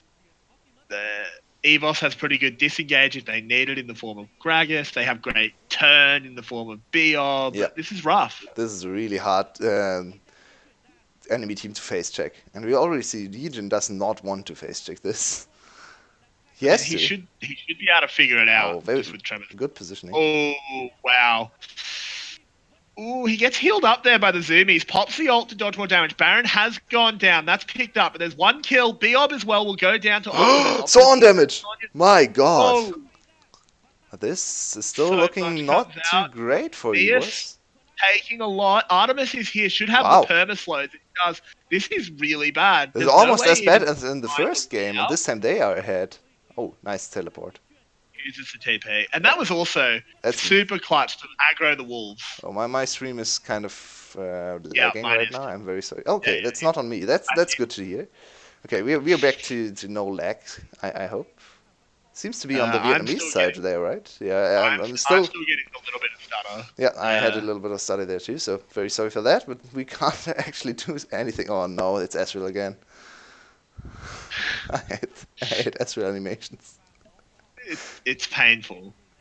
Look at this It's again. So he, I actually like Legion's positioning here, but Dia 1 is reacting very, very well as well. Very good extension on the hookshot. And they try to burst Legion, but the Zoomies comes in clutch. Yeah, it absolutely does. And he gets that kill. Unfortunately, couldn't get in time to do Wow, anything look about the at Baron. Son! Oh, My god, that was a lot of damage. But now the backline comes in for Artemis, and Optimus are not hurt. And now it's really hard to do anything against them because all the pick tools have been used. They try to go on the jungler, which is understandable because the jungler wanted. I just saw an item I just don't want to talk about now. Let me continue my point. Weird VCS players. Yeah, they wanted to go for the jungle, and that's very understandable in the Baron. But obviously, in right. terms of team fighting, it's not great. And Artemis and Optimus came out ahead. Of course, they were not focused, and no damage was there to kill them. Though there's still a lot of problems in the EVOS team composition, and the gold lead has closed a little bit with all the kills going over to Flash. There's still one Baron active. Yeah, I mean, like they did pick up the gold from killing Baron, so some of that gold lead, they fought off losing as much of the gold lead as Yeah. they might have otherwise. But still, overall, not a good Baron there. And do we want to talk about what Camille's just built? No, I Oh, want to sorry, talk Urgot. about with. Urgot. No, that's very Okay. usual, I think. But look at the build for What? Legion there. What's that? Why? Ooh, Titanic Hydra. Ooh. That's a Titanic Hydra on a non-Cinder Hulk Rek'Sai. It's very confusing. Ooh. That's really, really confusing. I don't understand what that Titanic Hydra is doing there. Just go Neither IE do if you I. want to troll. IE is the right troll on Rek'Sai. Just ask certain European junglers, and they'll tell you. Yep. Oh no, Oh man, this. you're in a lot of trouble here. The Oh, final Legion has to chapter. be very You careful. did though. There's an Urgot ult here. You need to be very careful about how much damage you take. But never mind, it's been Urgot. and Urgot is still a raid boss, and but luckily they have a cat who can heal them. So CBL coming in clutch once again with the zoomies and deterring the death of his jungler, who has built the best possible build to kill the Urgot there. So nicely done, Eugen, with the clutch I itemization choices. I don't understand that Titanic Hydra. It seems like such a strange It's so decision. random. What does it do? Like maybe he just really regrets not going Cinderhulk. Yeah, no reason to go to Titanic though. I mean, Yeah, no, I completely agree. I don't understand. actually, Titanic, Cinderhulk Titanic is a very strong build on Rek'Sai, especially with Conqueror Rek'Sai. You can get to very fast stacks on Conqueror, and then you actually deal a surprising amount of damage, and you're tanky on Rek'Sai. Not as tanky as Yeah. something like Sejuani, obviously, but you can brawl, and you can go for 2v2 skirmishes. It's not too great in team fights, of course. You still get blown up, even if you go for Cinderhulk, but yeah. Titanic, Cinderhulk, good build for Rek'Sai. Warrior Cinderhulk, no, Warrior Titanic, not so much. Warrior Cinderhulk would be Warrior Cinderhulk would be next level. I'd like to see Warrior Cinderhulk next game, please. yeah, no, but I'm. Stacking Titanic Hydras, they have played too much TFT, I think. Oh man, man, brawlers. Ooh, Rek'Sai with a Titanic Hydra. Ooh, TFT. Yeah, I think they've played too much TFT here. This is a TFT build coming in. I love that. That's going to be a phrase now. Like that's going to be a thing in casting all over Yes, the world. I love it too. I mean, I'm Is the I'm TFT absolutely horrible in TFT, TFT? but at least I know what builds are happening there. Yeah, I think I'm better at TFT than I am at normal league Oh god, already. I'm so fucking bad. uh, for s- Whoa, That Gromp had a journey. Yeah, right now, Flash is doing a very good job at slowing down the game. This game we've kind of gotten all we are kind of all over the place with our topics, but it's of course Flash is doing a very good job slowing down the game. Looked like a very bad mid game. EVOS was ahead 5-6k before the Baron started, but now EVOS seems to be struggling to find the next round of play. They probably want to wait for Baron and look at the vision control. Top side still is littered with wards for EVOS, so Baron will still be very hard to contest for Flash. At least they are now sitting on 3 items, though. Yeah, Baron will be the next point of aggression. At the moment, there's just nothing to fight over for EVOS, so... Yeah, and their siege is absolutely horrible. They can't siege with this comp. It's impossible. Exactly. They just need one range champ.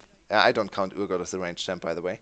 They have one range champ, and his range is 500. So, yeah, that's not a good sign. No, you should. I mean, he can mince towers when he gets onto them, but he has to be uncontested. Yeah, that's very true. And that's not happening right now.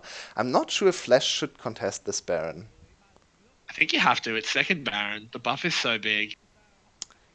Yeah. The question is, do you have enough wave clear to get through the Baron? Because contesting it right now is very...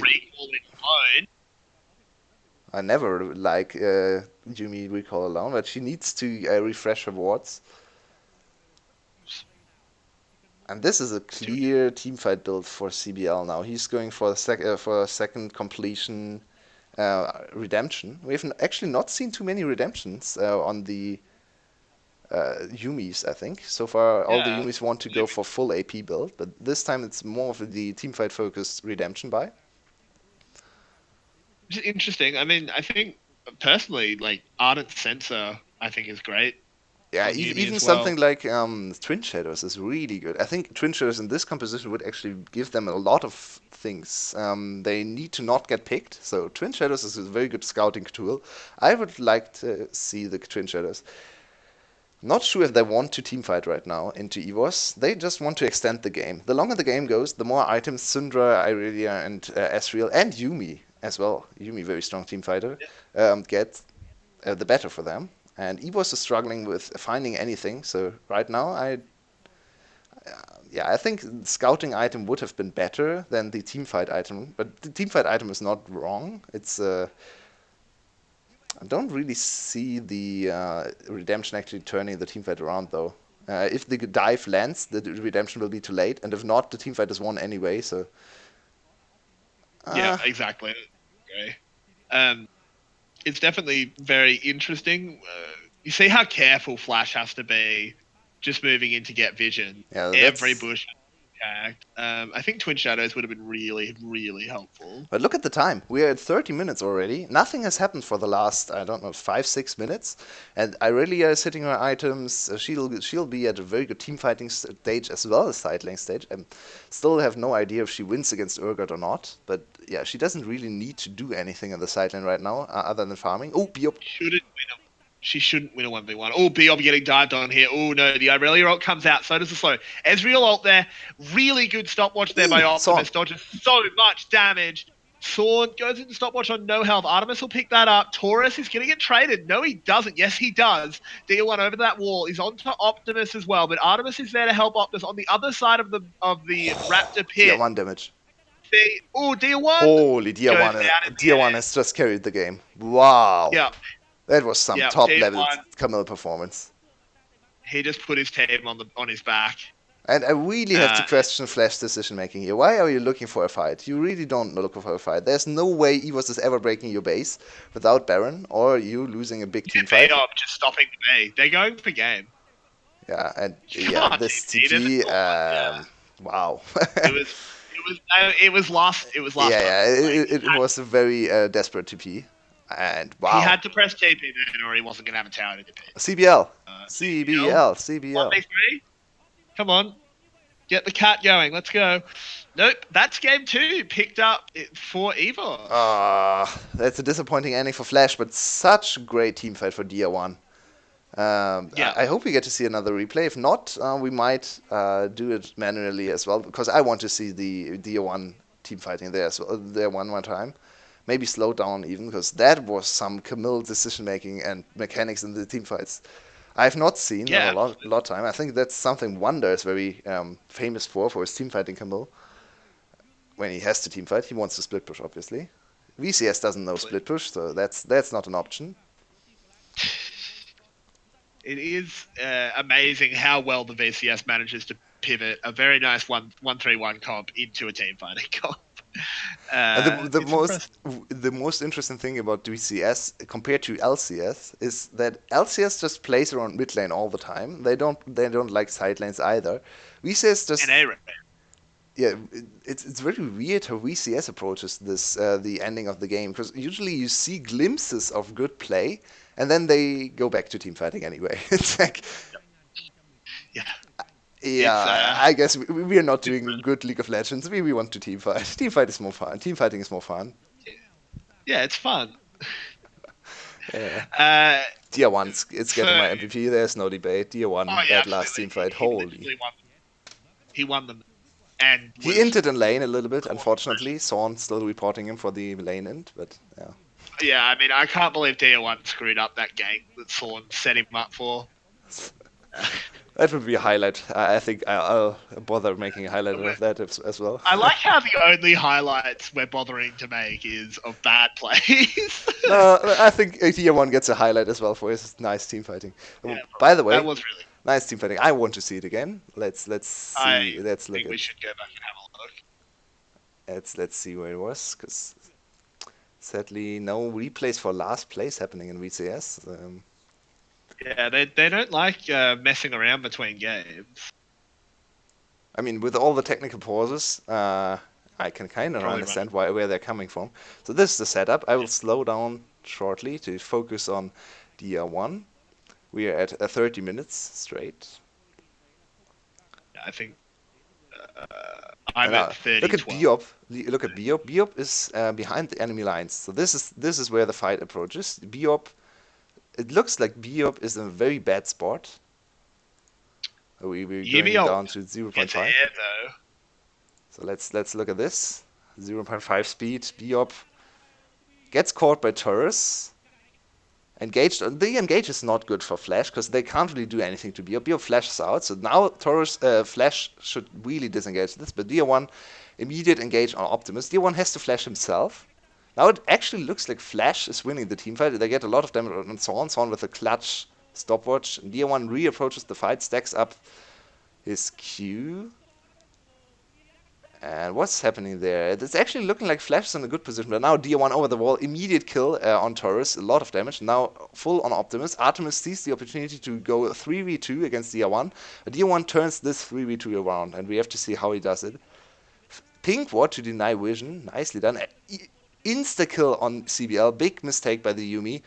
And DR1 sees the opportunity to go back on Artemis, big mistake by Artemis there as well. DR1 with a nice capitalization on two big mistakes on the bot laners, which kind of was what we missed in the team fight as we go back to standard, because this is a very annoying speed, and back to life as well.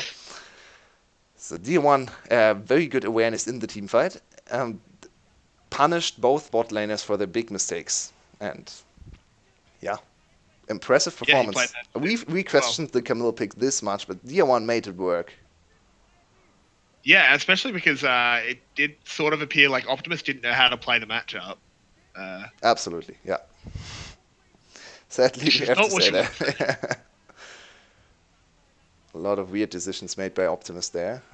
Very bad timing on the E's, especially, to Yeah, deny exactly. entrance. Just using it. You just got to use it every time hookshot comes out. They're even similar cooldown. What do you think for Didn't game like the way he played 3 that. might happen here? We have seen two good blue side drafts losing and two weird red side drafts winning. I think the second draft was even more questionable than the first red side draft. I have to say, red side draft on game 1 at least had the perk of having 3 winning lanes, which is always good. The second red side draft Yeah, was well, really weird to me.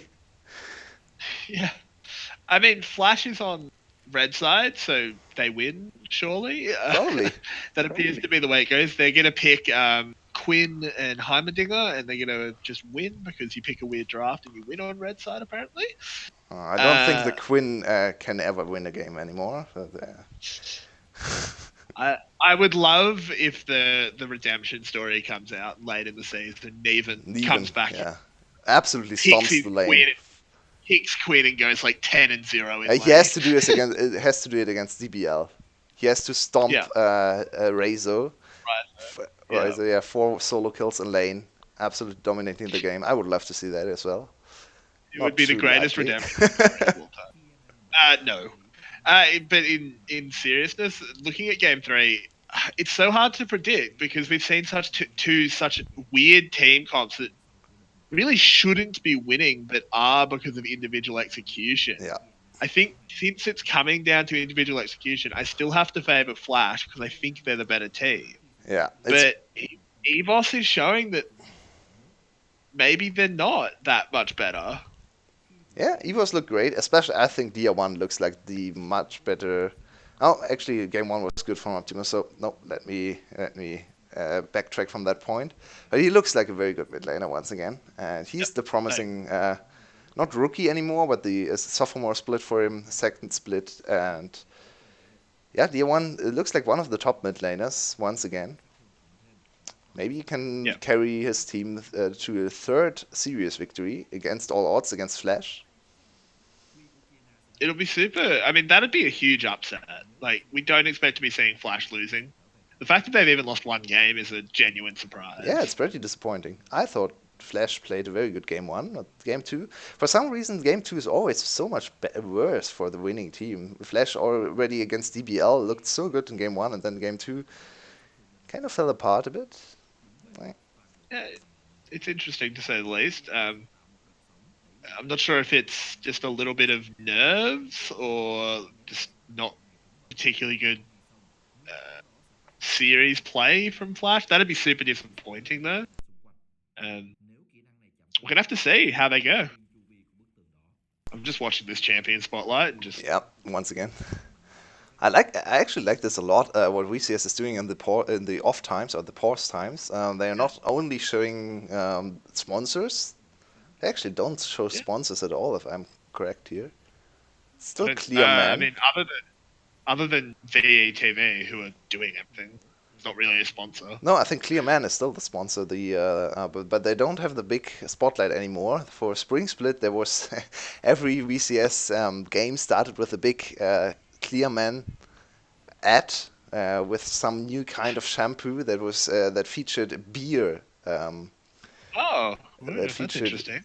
beer scent, which I was really confused by. It was. Uh, That's a bit of a strange one. But hey, I'm not. I don't know.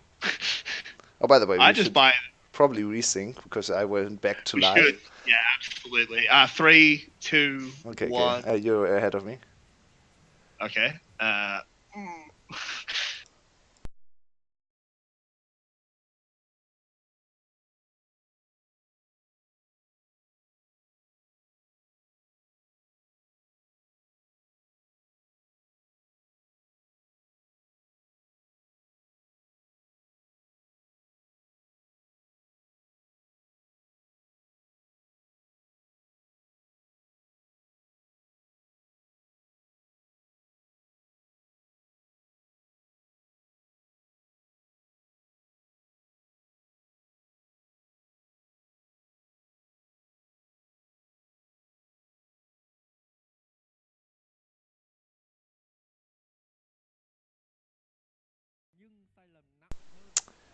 We are back for game 2.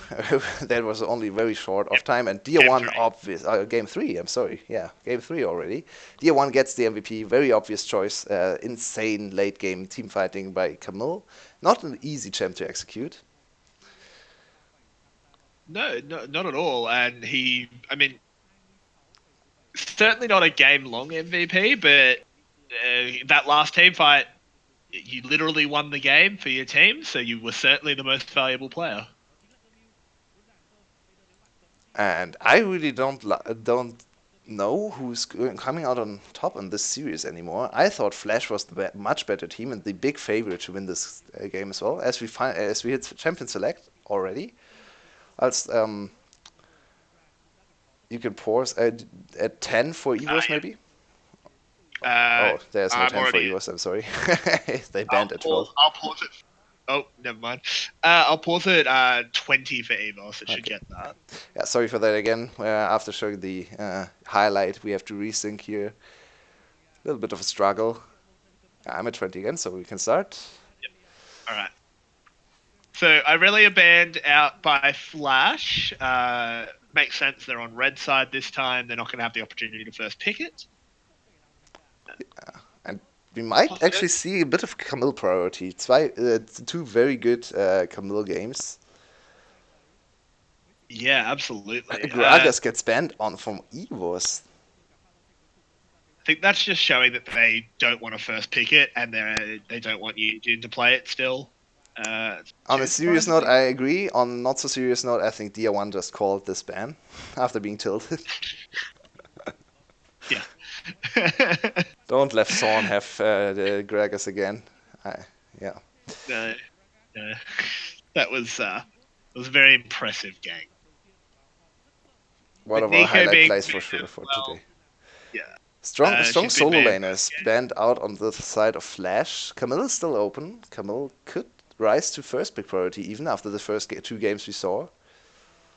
especially because it's suddenly a flex. Yeah. D1 played that so well in mid. It's a flex pick now, which is certainly a strong thing to pick. I wouldn't hate a ban. Yeah, I wouldn't hate it a ban either. Leave Aatrox open, but Mias didn't look that good on Aatrox in game. Oh, Karma is still there. Yeah, we forgot about Karma. You can't let Karma through the draft. So that's an obvious Well, ban. now Camille and Aatrox are so. And Syndra What's as the well. higher priority here? I think the elephant in the room right now is, does Optimus play Syndra again? Will he want to opt into Camille Syndra now to win both solo lane matchups? I'm not going to comment until we have a lock in. I wouldn't hate Fiora. Just dominate the Aatrox. I wouldn't hate it. I don't like Fiora right now. Oh no, don't. Oh, no, don't lock Lucian. That's so you don't need to. Okay, that's another Lucian. Lucian won both games so far, so fair enough. Yeah, I don't know. You don't need to first rotation. Yeah. Oh, that's very dangerous. Wow, that's insanely dangerous after the game we just saw. I'm confused by this pickup. Just go Camille with Syndra if you want to pick Syndra. Give Syndra a winning matchup. Optimus had a great game 1, not so great game 2. I missed a lot of this ease. Yeah, I mean, maybe Optimus is saying he knows what to do this time. Maybe. Yeah, that's such an obvious. Oh, wow. Red side today has been atrocious. Red side drafting, for some reason, everyone is losing their mind. Maybe the brain machines is still not working on the side where the red side is played. If they changed the side, I don't know. Once they hit the rift, the brain machine goes into overdrive. Yeah, for some reason, red side wins all the games. This is like, I don't know what Optimus is thinking. He's just thrown down the gauntlet and saying, do it again, D1. Yeah. And D1's going to say, yeah, okay, sure, I'll do it again. Happily. And I like this Yumi lock-in a lot from EVOS, because, yeah, this blocks the Lucian Yumi botlane combination Artemis and CBL ran in game 1. No Wayne, Bio ran, if I'm correct. It was Div Kid because No Way was. Yeah, that's true. But CBL had a very good Yumi game last game, save from the very big mistake on the last team fight where he got one shot from 500 health. Of course, the other one was Camille with second Q. I think he did not expect to go down with one Q there. He just wanted to go out and get a shield for his carry, but that was a really big mistake. And then Gear 1 turned. Are we going to ignore the Lee Sin lock-in? I mean, do you want to talk about the Lee Sin lock-in? I sort of want to talk about the Lee Sin lock-in. Why? Yeah, what's wrong with the red side? I think that's all we can say about the Lee Sin lock-in. And now Elise is open again. Yep. Sorn can play Elise. Sorn can play Ban Thresh when Lux is open. Okay, to be fair, they banned the two hook champs that can actually threaten Yuumi in lane. I think Nautilus is much more True. dangerous than Thresh is. For me, Thresh is actually not a great matchup into Yuumi, but VCS seem to still favor Thresh a lot. Xayah is banned, so now, this is very intelligent. I like this lock-in. It kind of blocks the Sivir pick, so now No Way is forced on a different champion. Interesting choice. This is the first real mind game played here by Team Flash. See, I want to agree with you and say that it is a mind game play, but they probably wanted Kaiser anyway. Kaiser Sadly, is I have to so agree. high tier in VCS. So strange. I think your read is right and Flash's read is right. You pick Alistair, you block Sivir, but we're talking about the VCS. They love their Kaiser, and they're And going to what a pick it up. And as surprise! predicted, wow! If you pick Lee Sin early for no reason, you Uh, give up a and lease. don't ban Elise, by the way. Yeah, They had the don't time to ban. ban Elise. Yeah, don't ban something that Sorn has been incredible on. Like, you banned Rek'Sai. Like Elise is better than Rek'Sai for what Sorn wants to do. This is a Oh, pick. Oh, okay. This has to go top lane because Syndra can't go top.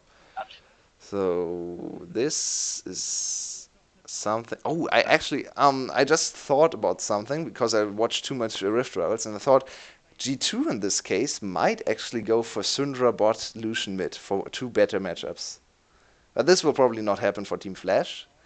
Just a slight thought experiment there, because I think both matchups are probably better for Syndra bot and Lucian mid in this case. yeah, I mean, I absolutely agree. I think that that'd be super big brain if they did that. But the ability to do that is something Yeah, that you need G2 to can be do proficient because with both they're champs. Yeah, that's very true. yeah, if you're an incredibly good team, it's hard because like you lose all your bot support synergy, that sort of thing. Uh, I doubt we're gonna see that. I'd love it if we did. It'd be super good, but Yeah, maybe they could even just swap lanes for their players and still have their mage player play mage and their ADC player play ADC. By the way, it's yeah, 3 games straight for Artemis. Slater not in for the third game. I have no idea what's happening. yeah, Maybe we can get some confirmation. If you know anything about Slater's situation, go ahead and type it out in chat. I'm a bit confused. I thought at least they would sub him in, sorry, for the third game. yeah. I that sort of makes me lean towards he must be sick or like Yeah, not be able to play for some reason. It would have to be pretty serious concerns about his level of play slash attitude if it was that. especially Uh, because last split, sometimes the Flash team, SDG, I think it was, they subbed out their whole bot lane. So it was Artemis and I think Hin, or was Hin, yeah, whatever. They had a whole bot lane they swapped out for Slater and his support. And now the support stays the same, and they only swap out the ADC position. That's so that's indicating he might not be able to play today. Maybe he's not there. Maybe there's something going on with his family. Hopefully not. yeah, I hope he's fine. I hope it's just a cold or something. Um, you never know. But yeah, if anyone does know what's going on with Slater, that'd be a good bit of insight for us. But I mean, I don't think Artemis has played badly by any Nope. Nope. means. His champion pool seems to be a little bit limited. Lucian, and Lucian. Oh, second game Yeah, was on Ezreal, but yeah, Lucian and Ezreal. So the evergreen ADC champions. you make a good point there. Not really showing much of what's strong at the moment. Looking again at these picks from Flash, I mean, this is screaming. You have to go early, right? Yeah, I don't see them it's going well into the. potential 3 winning lanes, maybe more 2 winning lanes. I don't think bot lane is a winning matchup per se. Do you But two do you winning really think matchups. winning? I think it. Yeah, he should win mid After lane. last game, He should win mid lane. I mean, it's theoretically a winning matchup. And he I opted feel into the like matchup once again, so I think he has to be better this time. He has to know more. It would be really weird if he lost lane 2 games in a row to a pick he should be favored against. yeah, I mean, I think you're definitely correct that Syndra should beat Camille in lane, but I'm not sure if Optimus beats Dia one. Yeah, Chance. We're gonna very have to true. see. I'd be really disappointed if he does lose lane, because why did you opt into the matchup then? And he once again goes for teleport. Not my choice. I still think go for the cleanse. Don't die early on. Ooh, wow. A lot of damage there. Well done. I mean, unfortunately, damage doesn't really matter on Timmy. Should be okay. Yeah, and this time it's not too easy to actually disturb Yumi from going back into her ally with you and me, because they don't have any secondary CC. The E from oh wow, Oh, here comes the initial. Good flash there by Optimus, managing to dodge that cocoon. Fair bit of damage comes up. TP is called super late, but Yijin's here. Sword's going to go down. That's first blood for Optimus and double buffs. Disaster strike. and it's additional insult to injury because he killed him with his own spider link, I think. Wow, Oh, that's not a great goodness. feeling. Can you imagine you being killed by having your child thrown at you? Yeah, that's not great. At least does not feel great about that. And actually, I think Sawn missed his flash cocoon. There was a flash from Optimus, but I think it was too late. I think the cocoon was already missed. It's a big opportunity missed by Sawn. Once again, mid lane gank. This time backfires for him, so he can't blame his mid laner this time. Look at this again. Yep. Yep. He straight up Yeah, missed the it Q. just missed. Actually, Optimus Yep. almost flashed into the into the E there.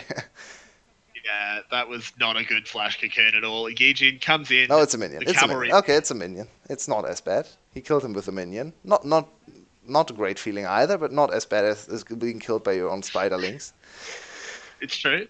Ended up being a bit of a waste of TP for Taurus. He didn't actually do anything, but I don't think the call's bad to call him in. A lot of early TPs are committed in the VCS today. Absolutely. Yeah, you can say that again. There's been a lot, which I don't mind. Like the fact that they're looking at other lanes and calling is good, even Yeah, if it good doesn't always work coordination. out. Sometimes a little bit You can preemptive, I work. think.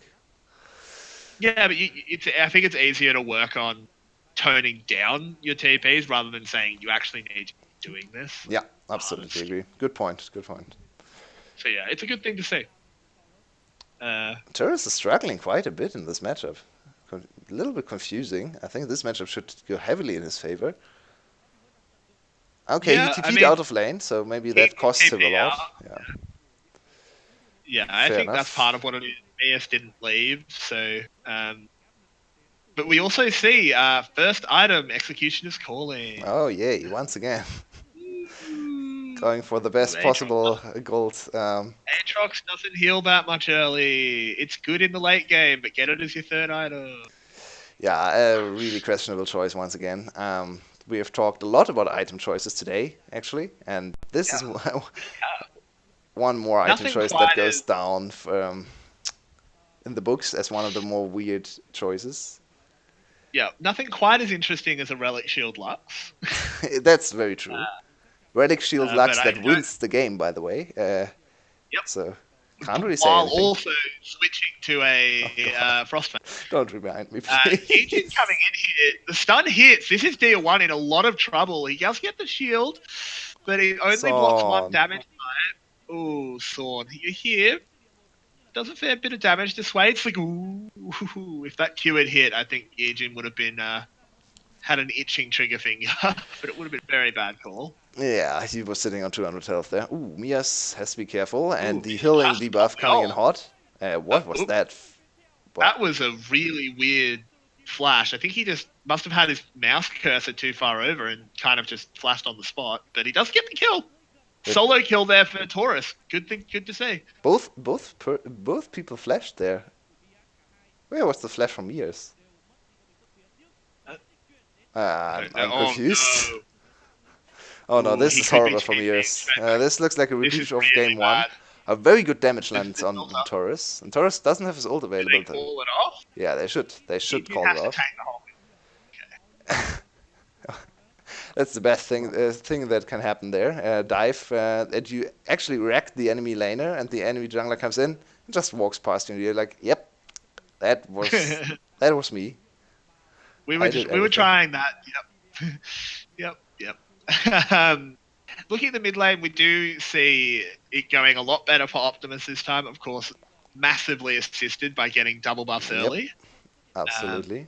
He actually missed the cannon there. For anyone that did not see the cannon go down, yeah. Come on, man.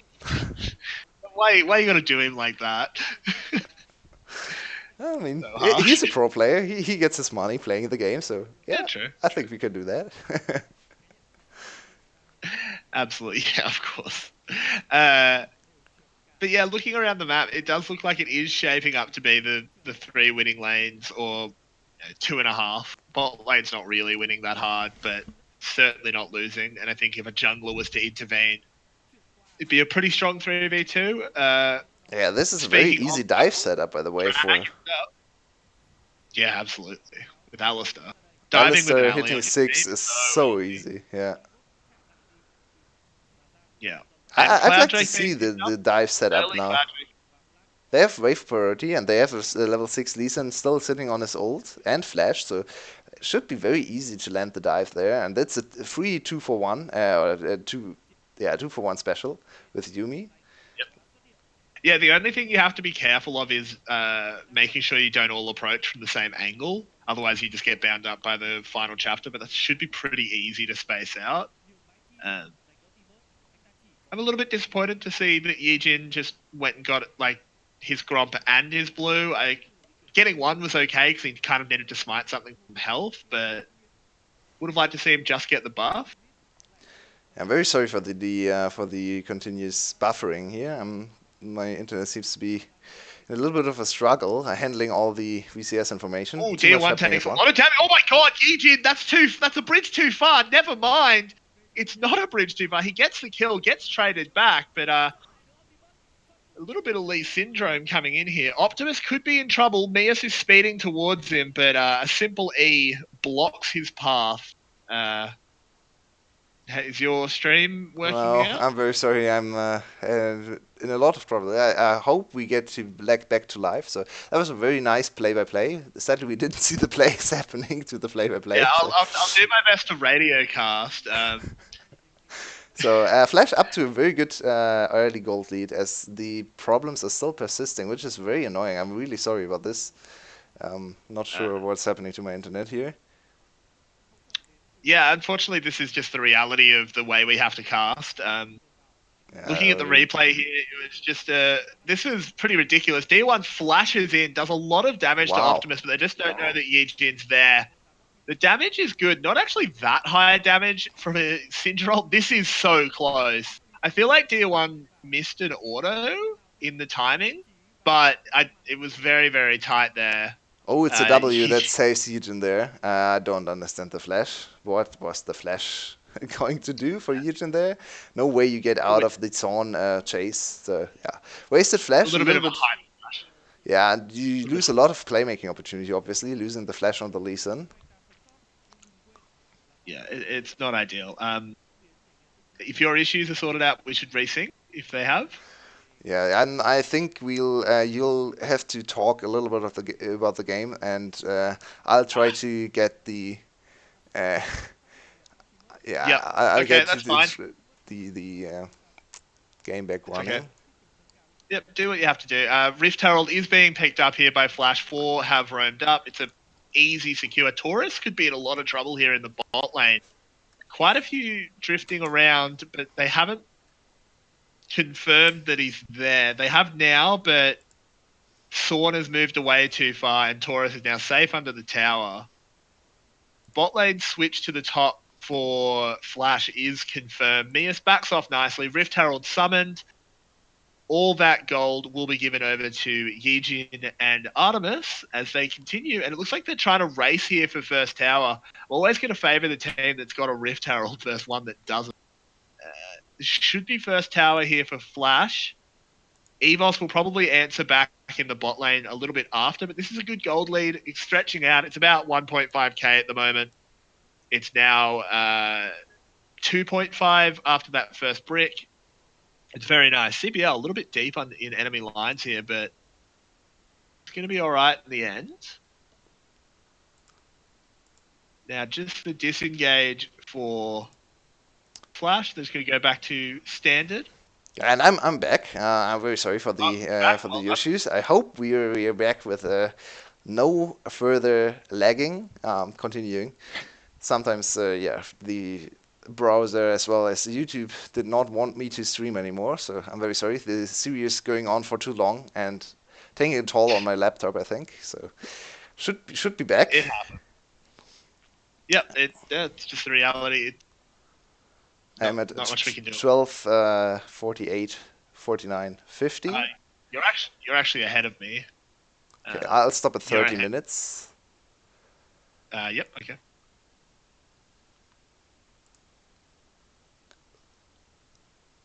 13, yeah. Where are you at? Now? Okay. Now? Yep. Okay. Yeah, very sorry for the delays. We are finally back into the live game and hopefully get to see the last game of the series, the deciding game of the series without further disruption. And Flash has gotten up to a very good great start, as you alluded to, while my screen was black. Yeah, I hope that was all right radio casting. It's not the easiest thing to do for League. But Taurus, you're in some trouble here, mate. Yep, the dive's being called. Don't know if they really want it. A lot of damage back onto Thorn. They have the damage when No Way ults in. But Thorn really took a trucking there. Good thing that he's a lace and can just repel Look at all the investment they made for this play. It's 4 members on the top side, and they got the free Infernal Drake on Flash side. So immediate gold play for EVOS. Yijin, okay, you okay over there? That was okay. We will not talk. Oh, they lost the play. Oh, that's so unfortunate. They didn't get the last plating. Same for top lane. So no fifth plating for EVOS on the top side. Only getting 4, but the gold lead has shrunk a lot. Good play for EVOS. Investment for Flash for the later stages of the game, considering they got the dragon. So, yep. Overall, a fine trade for either team, I think. Yeah, I think so. It's going to be interesting. Who do you think has the onus to continue making plays here? I still think it's Flash. Yeah, they have gotten that early lead, but I think they need to keep it snowballing. No pun intended on the Syndra skin, but nicely done. Yeah, I think this time it's very clear that they have an early game composition. They don't even have anything that scales that well into the late game. I mean, Lucian full crit is okay in the late game. It's not like Kai'Sa is. I think Kai'Sa is still the stronger late game carry, especially if she goes for real items and real crit items, not for utility. Which, if she goes for utility, actually Lucian has more damage in the late game. So that's the hope Flash has, is if the game goes late. But overall, EVOS is sitting on DR1 on its very good Camille. Last game he looked super good in the team fights. They have an Aatrox super good in team fights as well. So yeah, I think Flash needs to accelerate a little more. They are still in a good position, 3k up. If they get the first Baron, they can snowball that into an inhibitor. Very clear path to victory. I think 27, 28 minutes is where Flash is looking Optimus is setting up a one-shot. Does he have enough damage? Ooh. He doesn't think so. He does have a lot of damage. Yeah. Yeah, he's not level 11. I think he would have gone for the play if he was level 11. So, because with level 1 ultimate. It was very close. Yeah. A bit of an unfortunate timing there. I think if he goes for this play, when he's stacked up 1 or 2 spheres in the brush and then hits level 11 as well, that's a one-shot. I did not think he was capable of one-shotting DR1, but he might actually be. Yeah, I think he is if he has time to do the full 7 orb setup for Syndra. I don't think he has enough cooldown reduction to do 7 orbs. I think you need 45% or 40% to go for 7 orbs. I haven't played Syndra in a long time. Yeah, 7 orbs is very hard to hit, and he needs the damage from 1 orb. I think 6 is where 6 is the safe call. There's sometimes you can get 7 out, but it's very hard to do. you have to kind of delay with your W as well. So then you get in trouble with the W delay because you want to use the W damage as well. So I think 6 is more the realistic approach, and 6 should be enough with level 11 ultimate. Yeah, it's very true. But, I mean, the big question is, can Optimus do that while he's potentially getting dove on very, very hard in fights? That's the real question point here, because I think he is going to be the main target. I'd be surprised if DR1's ult goes too many other places except Optimus and maybe Artemis if he kind of steps out of position. But I Yeah, and think you there's really always want the very easy counterplay to the Syndra ult, which is the stopwatch. Just pick up a stopwatch before a crucial team fight, and especially if you're one of the no way, targets. taking a lot of damage with Flash. Oof. That's not great for EVOS. And they give up the mid lane Ooh. turret. So this lead has extended now to 5k or almost. So oh, it's actually 4k. I'm sorry. Math is once Math is again hard. It's failing me. really hard. Yeah, it's 4k now. They were ahead 3k before. For some reason I thought they were ahead 4k, but they were ahead 3k, so now it's 4. 4 is good after 18 minutes. Ooh, It's a big a lead. little bit too far forward. Safeguards to award, but it's not going to be enough. He gets cleaned up, but Thorn died? Yep. Very good. Very good play from Optimus and CBL there. They capitalized on the collapse on their own jungler because they saw the enemy jungler approaching as well. They just turned around and one-shot the enemy jungler, so it's a 1-for-1 in the end. Yeah. Yijin a little bit too far forward there, but we take 1-for-1s. The junglers, identical scores, but there is one number there on that list that's a little bit different between these two junglers. Yijin hit 60 farm ahead. That's a lot. Especially in this matchup. This is not what's supposed to happen. Elise is such a fast clearer. Usually Elise doesn't want to power farm because she doesn't really do anything with gold. So kind of understandable he's looking more for ganks. Lee Sin is not that great at power farming either. He doesn't have the fastest clear. He doesn't have the biggest gold to utility conversion rate, I would call it. It's a little bit of a stretch, I'm sorry. Yeah, no, I get you. I see where you're coming from. Yeah, third dragon. Yep. Still no Mountain Drake. Which, there it is. There it is. So 5 minutes from now. Yeah, it's a Mountain Drake. The next one will be Mountain. For some reason, I saw the mountain symbol. I'm pretty sure it's mountain. Yeah, I didn't spot the symbol. We should. Yeah, I think it's mountain. Yeah, they changed to mountain. So they did not. They just took away the cloud. So no dragon will be spawning anymore. Very sad. Yeah, unfortunate. I mean, this is what happens if you don't require hunting licenses. This is an inconvenient truth that Yijin's about to get blown up. Never mind. TP's called, and he did have a team close enough. It's probably Baron finally getting to sign the petition to not have Mountain Drake spawn anymore because he has killed him so many times. No, they have corrected the overlay now. It is the mountain coming in. And that's very good for Flash. That's very good for Flash. Yes, Mr. Nashor has registered his complaint, but it didn't get before Parliament in time. Yeah, I think, sadly for Mr. Nashor as well, he was not even alive when the Mountain Drake spawned, so he had no right to complain. Oh, Biob, you're in some trouble. Oh, dies on his way. Oof. Yeah, Biob, don't do that. Stay inside mirrors. It's safer over there. Yep, stray cats don't go too well. Especially not in a league with all these very scary champs. It's who actually came up with the idea to put Yumi in this league? It's quite dangerous over there. Ooh, DR1. Ooh, my word. He goes for the ult on Artemis and shows why I said that might not be the best idea. Neos is somewhere. He just gets culled. Neos? He pops the wings to try and get some distance. Look at the heal. And he certainly gets some distance, but I don't know where he's going because Taurus. Well, the anti heals here. Taurus, that first item execution is calling. Time to earn the gold. Why is he still alive? Please kill him. The poor guy has to run away all the time. Oh Yeah, I man. mean, and in the end, they give the kill to Yijin. I guess that was the best option out of the No, they two just that were wanted to get the kill as fast as possible to transition into Baron. But good job by Mias there actually to delay the kill. Biop has already spawned. Zorn is there as well. Who went down? Dia1 went down as well, and Dia1 has spawned. Is back on the map. Was far away from Baron, so there was a little bit of an opportunity to go for Baron. Much safer approach now from the Flash. They've extended their gold lead to almost 7k. Mountain Drake will be the next big objective, transitioning into Baron. So still on track to win this game and sub 30 minutes or slightly over 30 minutes if they go for second Baron end. Yeah, absolutely. We've seen some very interesting barons in recent times. Especially from So, EVOS.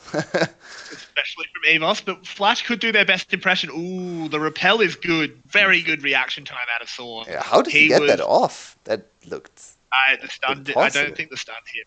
I Yeah. don't think Optimus was hit. So he got up just in time. Sneaky set up a Frame flash perfect. there. Yeah, super good play from Zorn. That was the game Yep. pretty much. If he gets caught there, it's Baron, it's game. It's yeah, he had to face check because someone had to check if they were on Baron, but luckily for them, very good reactions out of their jungler.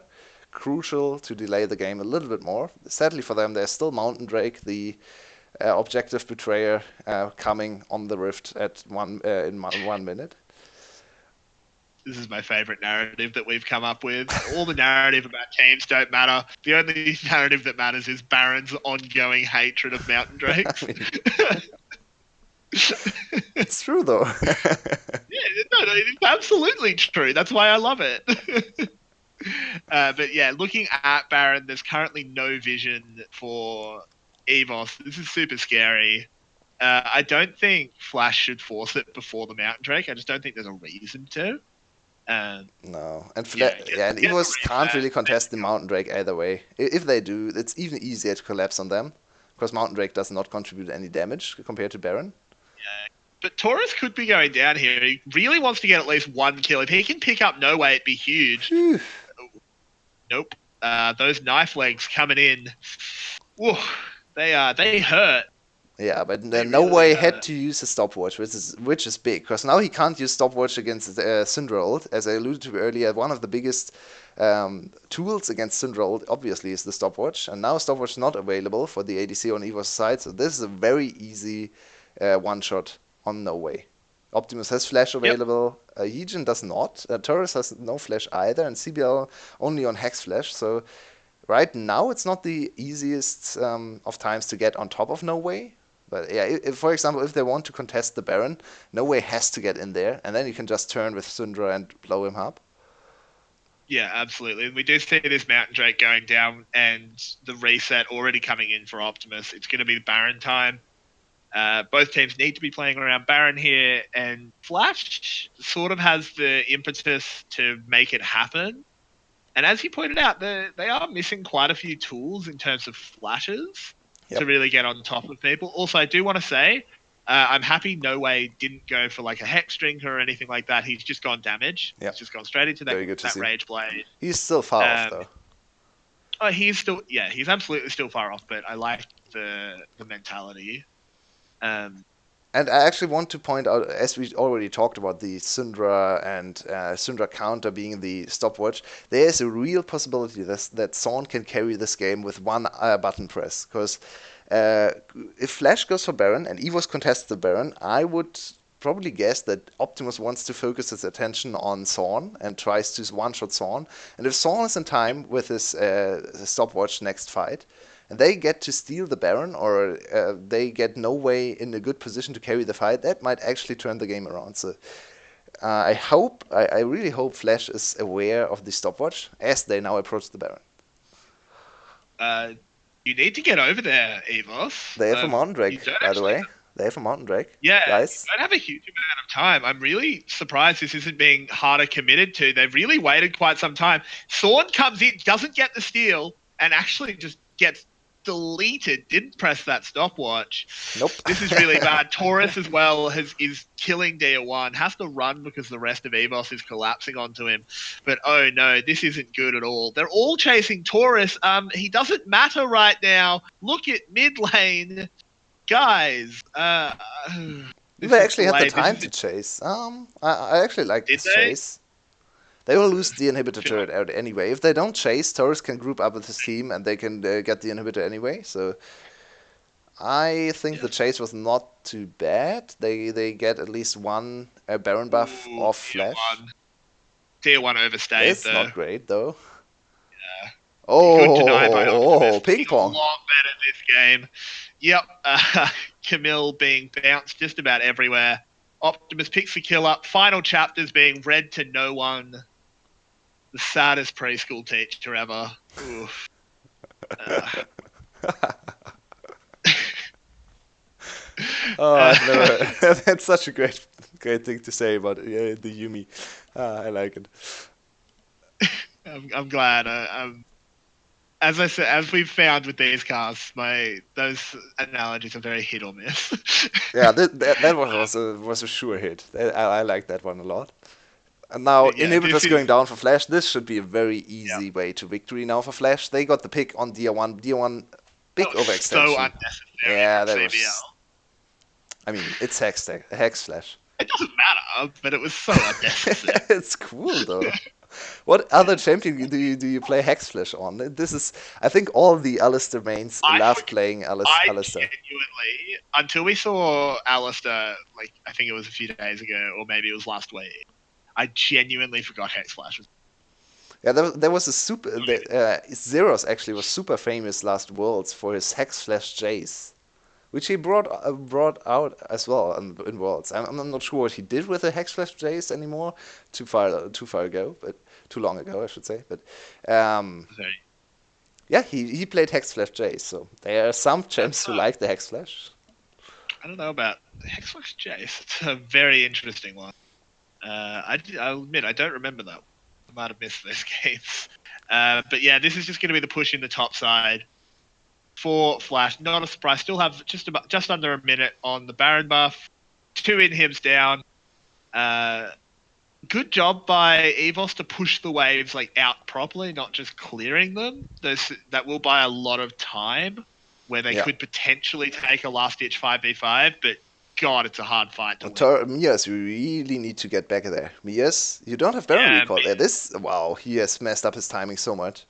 They will just yeah. straight up miss the inhibitor without him being there. So now 3 inhibs down. Even if they win the Ooh, last stand fight Thorn's here, got no, he does actually have somewhere to go. He's got to go to minions, of course. So has to use the stopwatch though. Mias goes in, tries to do a lot of damage, but my God, the damage out of Optimus. yeah, and there we Almost one shot. and we saw the stopwatch against the Syndrol, but way too late activated. Ooh, Artemis against No Way. Ooh, the standoff is won by No Way. He goes golden for Yep. good measure. And in the end, 3 times the red side gets the win in this series. For some reason, red side seems to absolutely lose their minds when they're in the drafting phase and then win the game anyway. Flash comes away with the series victory, as we predicted, I would say. I thought it would be a more clean 2-0 for Flash. They at least get the victory, play with their sub ADC as well, so not on full power. Not sure why Slater didn't play, but Artemis looked fine. Yeah, I mean, Artemis didn't look bad at all. I would be curious to find out what the reasoning was. Maybe the decision was just, hey, EVOS is like we're pretty favored against EVOS. They're not trash, but like we should be the better team. We want to give our sub a run. Maybe it's hard to know, but yeah, Yeah. I think they look good. They I look good I in don't really think this sort of. can be the reason, because then they would surely swap him in for game 3, right? They still want the Yeah, points. So I still like your earlier theory that Slater is not able to play today, maybe due to illness, maybe he has something going on with his family, or anything really. Because yeah, I don't see the reason to not sub him in for game 3. So if he's there, would be really weird choice to not get your star ADC on the field. yeah, absolutely. Uh, very very interesting. Uh, decisions. Hopefully, someone knows, because I think it'll say a fair bit about them if there is a non he couldn't play reason. That would say quite a bit about how they run. But in the end, series win is picked up, so no real complaints, right? Yeah, absolutely. Flash gets to a 3-1 series score, and yeah, looked like one of our top teams as we predicted. But who's your MVP for Game 3? There's actually Uh, no clear Optimus candidate is a for me. candidate. Optimus is a candidate. I think Optimus. Yeah. How did bot Yeah. lane go? I don't like bot lane went fine, but I don't think they were the MVPs. You know what I mean? Like they went okay, There but was it definitely solo wasn't kill in up. the top lane. He played a good matchup in the top lane, but I don't really feel like he was the winning point for his team. It's so hard to say. I think all the lanes did well.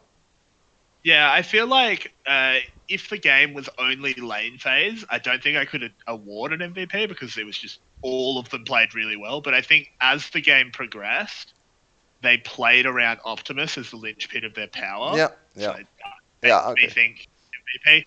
But And he with was the much heavy better than caveat, the in the game before. Yeah. yeah, absolutely. And then, but like put the heavy caveat to people that are listening. Uh, Hard choice. A lot of them could have been the Yeah, MVP. I think Yeadon had a very good game as well. Some questionable choices on the Lee Sin. I think why we don't immediately jump to Yeadon is he had some Lee syndrome placed. Yeah. Optimus overall just very solid. This time won his mid lane. There was a lot of help and Yeah. yeah, good team fighting. I think everyone played well from Flash. This is a really hard game to choose an MVP from. We'll Yeah, have to see what exactly. the official broadcast thinks. Who had the best stats? That's our check-in. Yeah. Probably the ADC, Yeah, because ADC gets all the probably. MVPs all the time. Yeah, that is typically how it goes for the official broadcast. I think I think the way we do it is a little bit more valid, but Oh, by the way, you in the know, second game, they actually gave the MVP to Dia1, even though he had 3 deaths. So, nice job, official broadcast. Nice job. yeah, that's a first. I don't think that's happened. No, no. Good on them. Usually they Breaking. look for the player who has no deaths. So Zorn in that case, but Zorn really did not deserve MVP for game 2. That would have been a Deer one was robbery. absolutely. Yeah, Deer one was absolutely. He could have been 0-10, and that last fight happens, and he still gets the MVP. Probably. That last fight was really good. Won Yeah. them. Yeah. And the game actually Uh, looked very close at that point. Flash had the opportunity to stall out and go for a late game. If you didn't watch game 2, it was a very weird one because the comp from EVOS was so strange. It was all melee and illusion. Okay, and an Urgot if you want to count Urgot as a ranged champ. I don't, but I yeah. don't.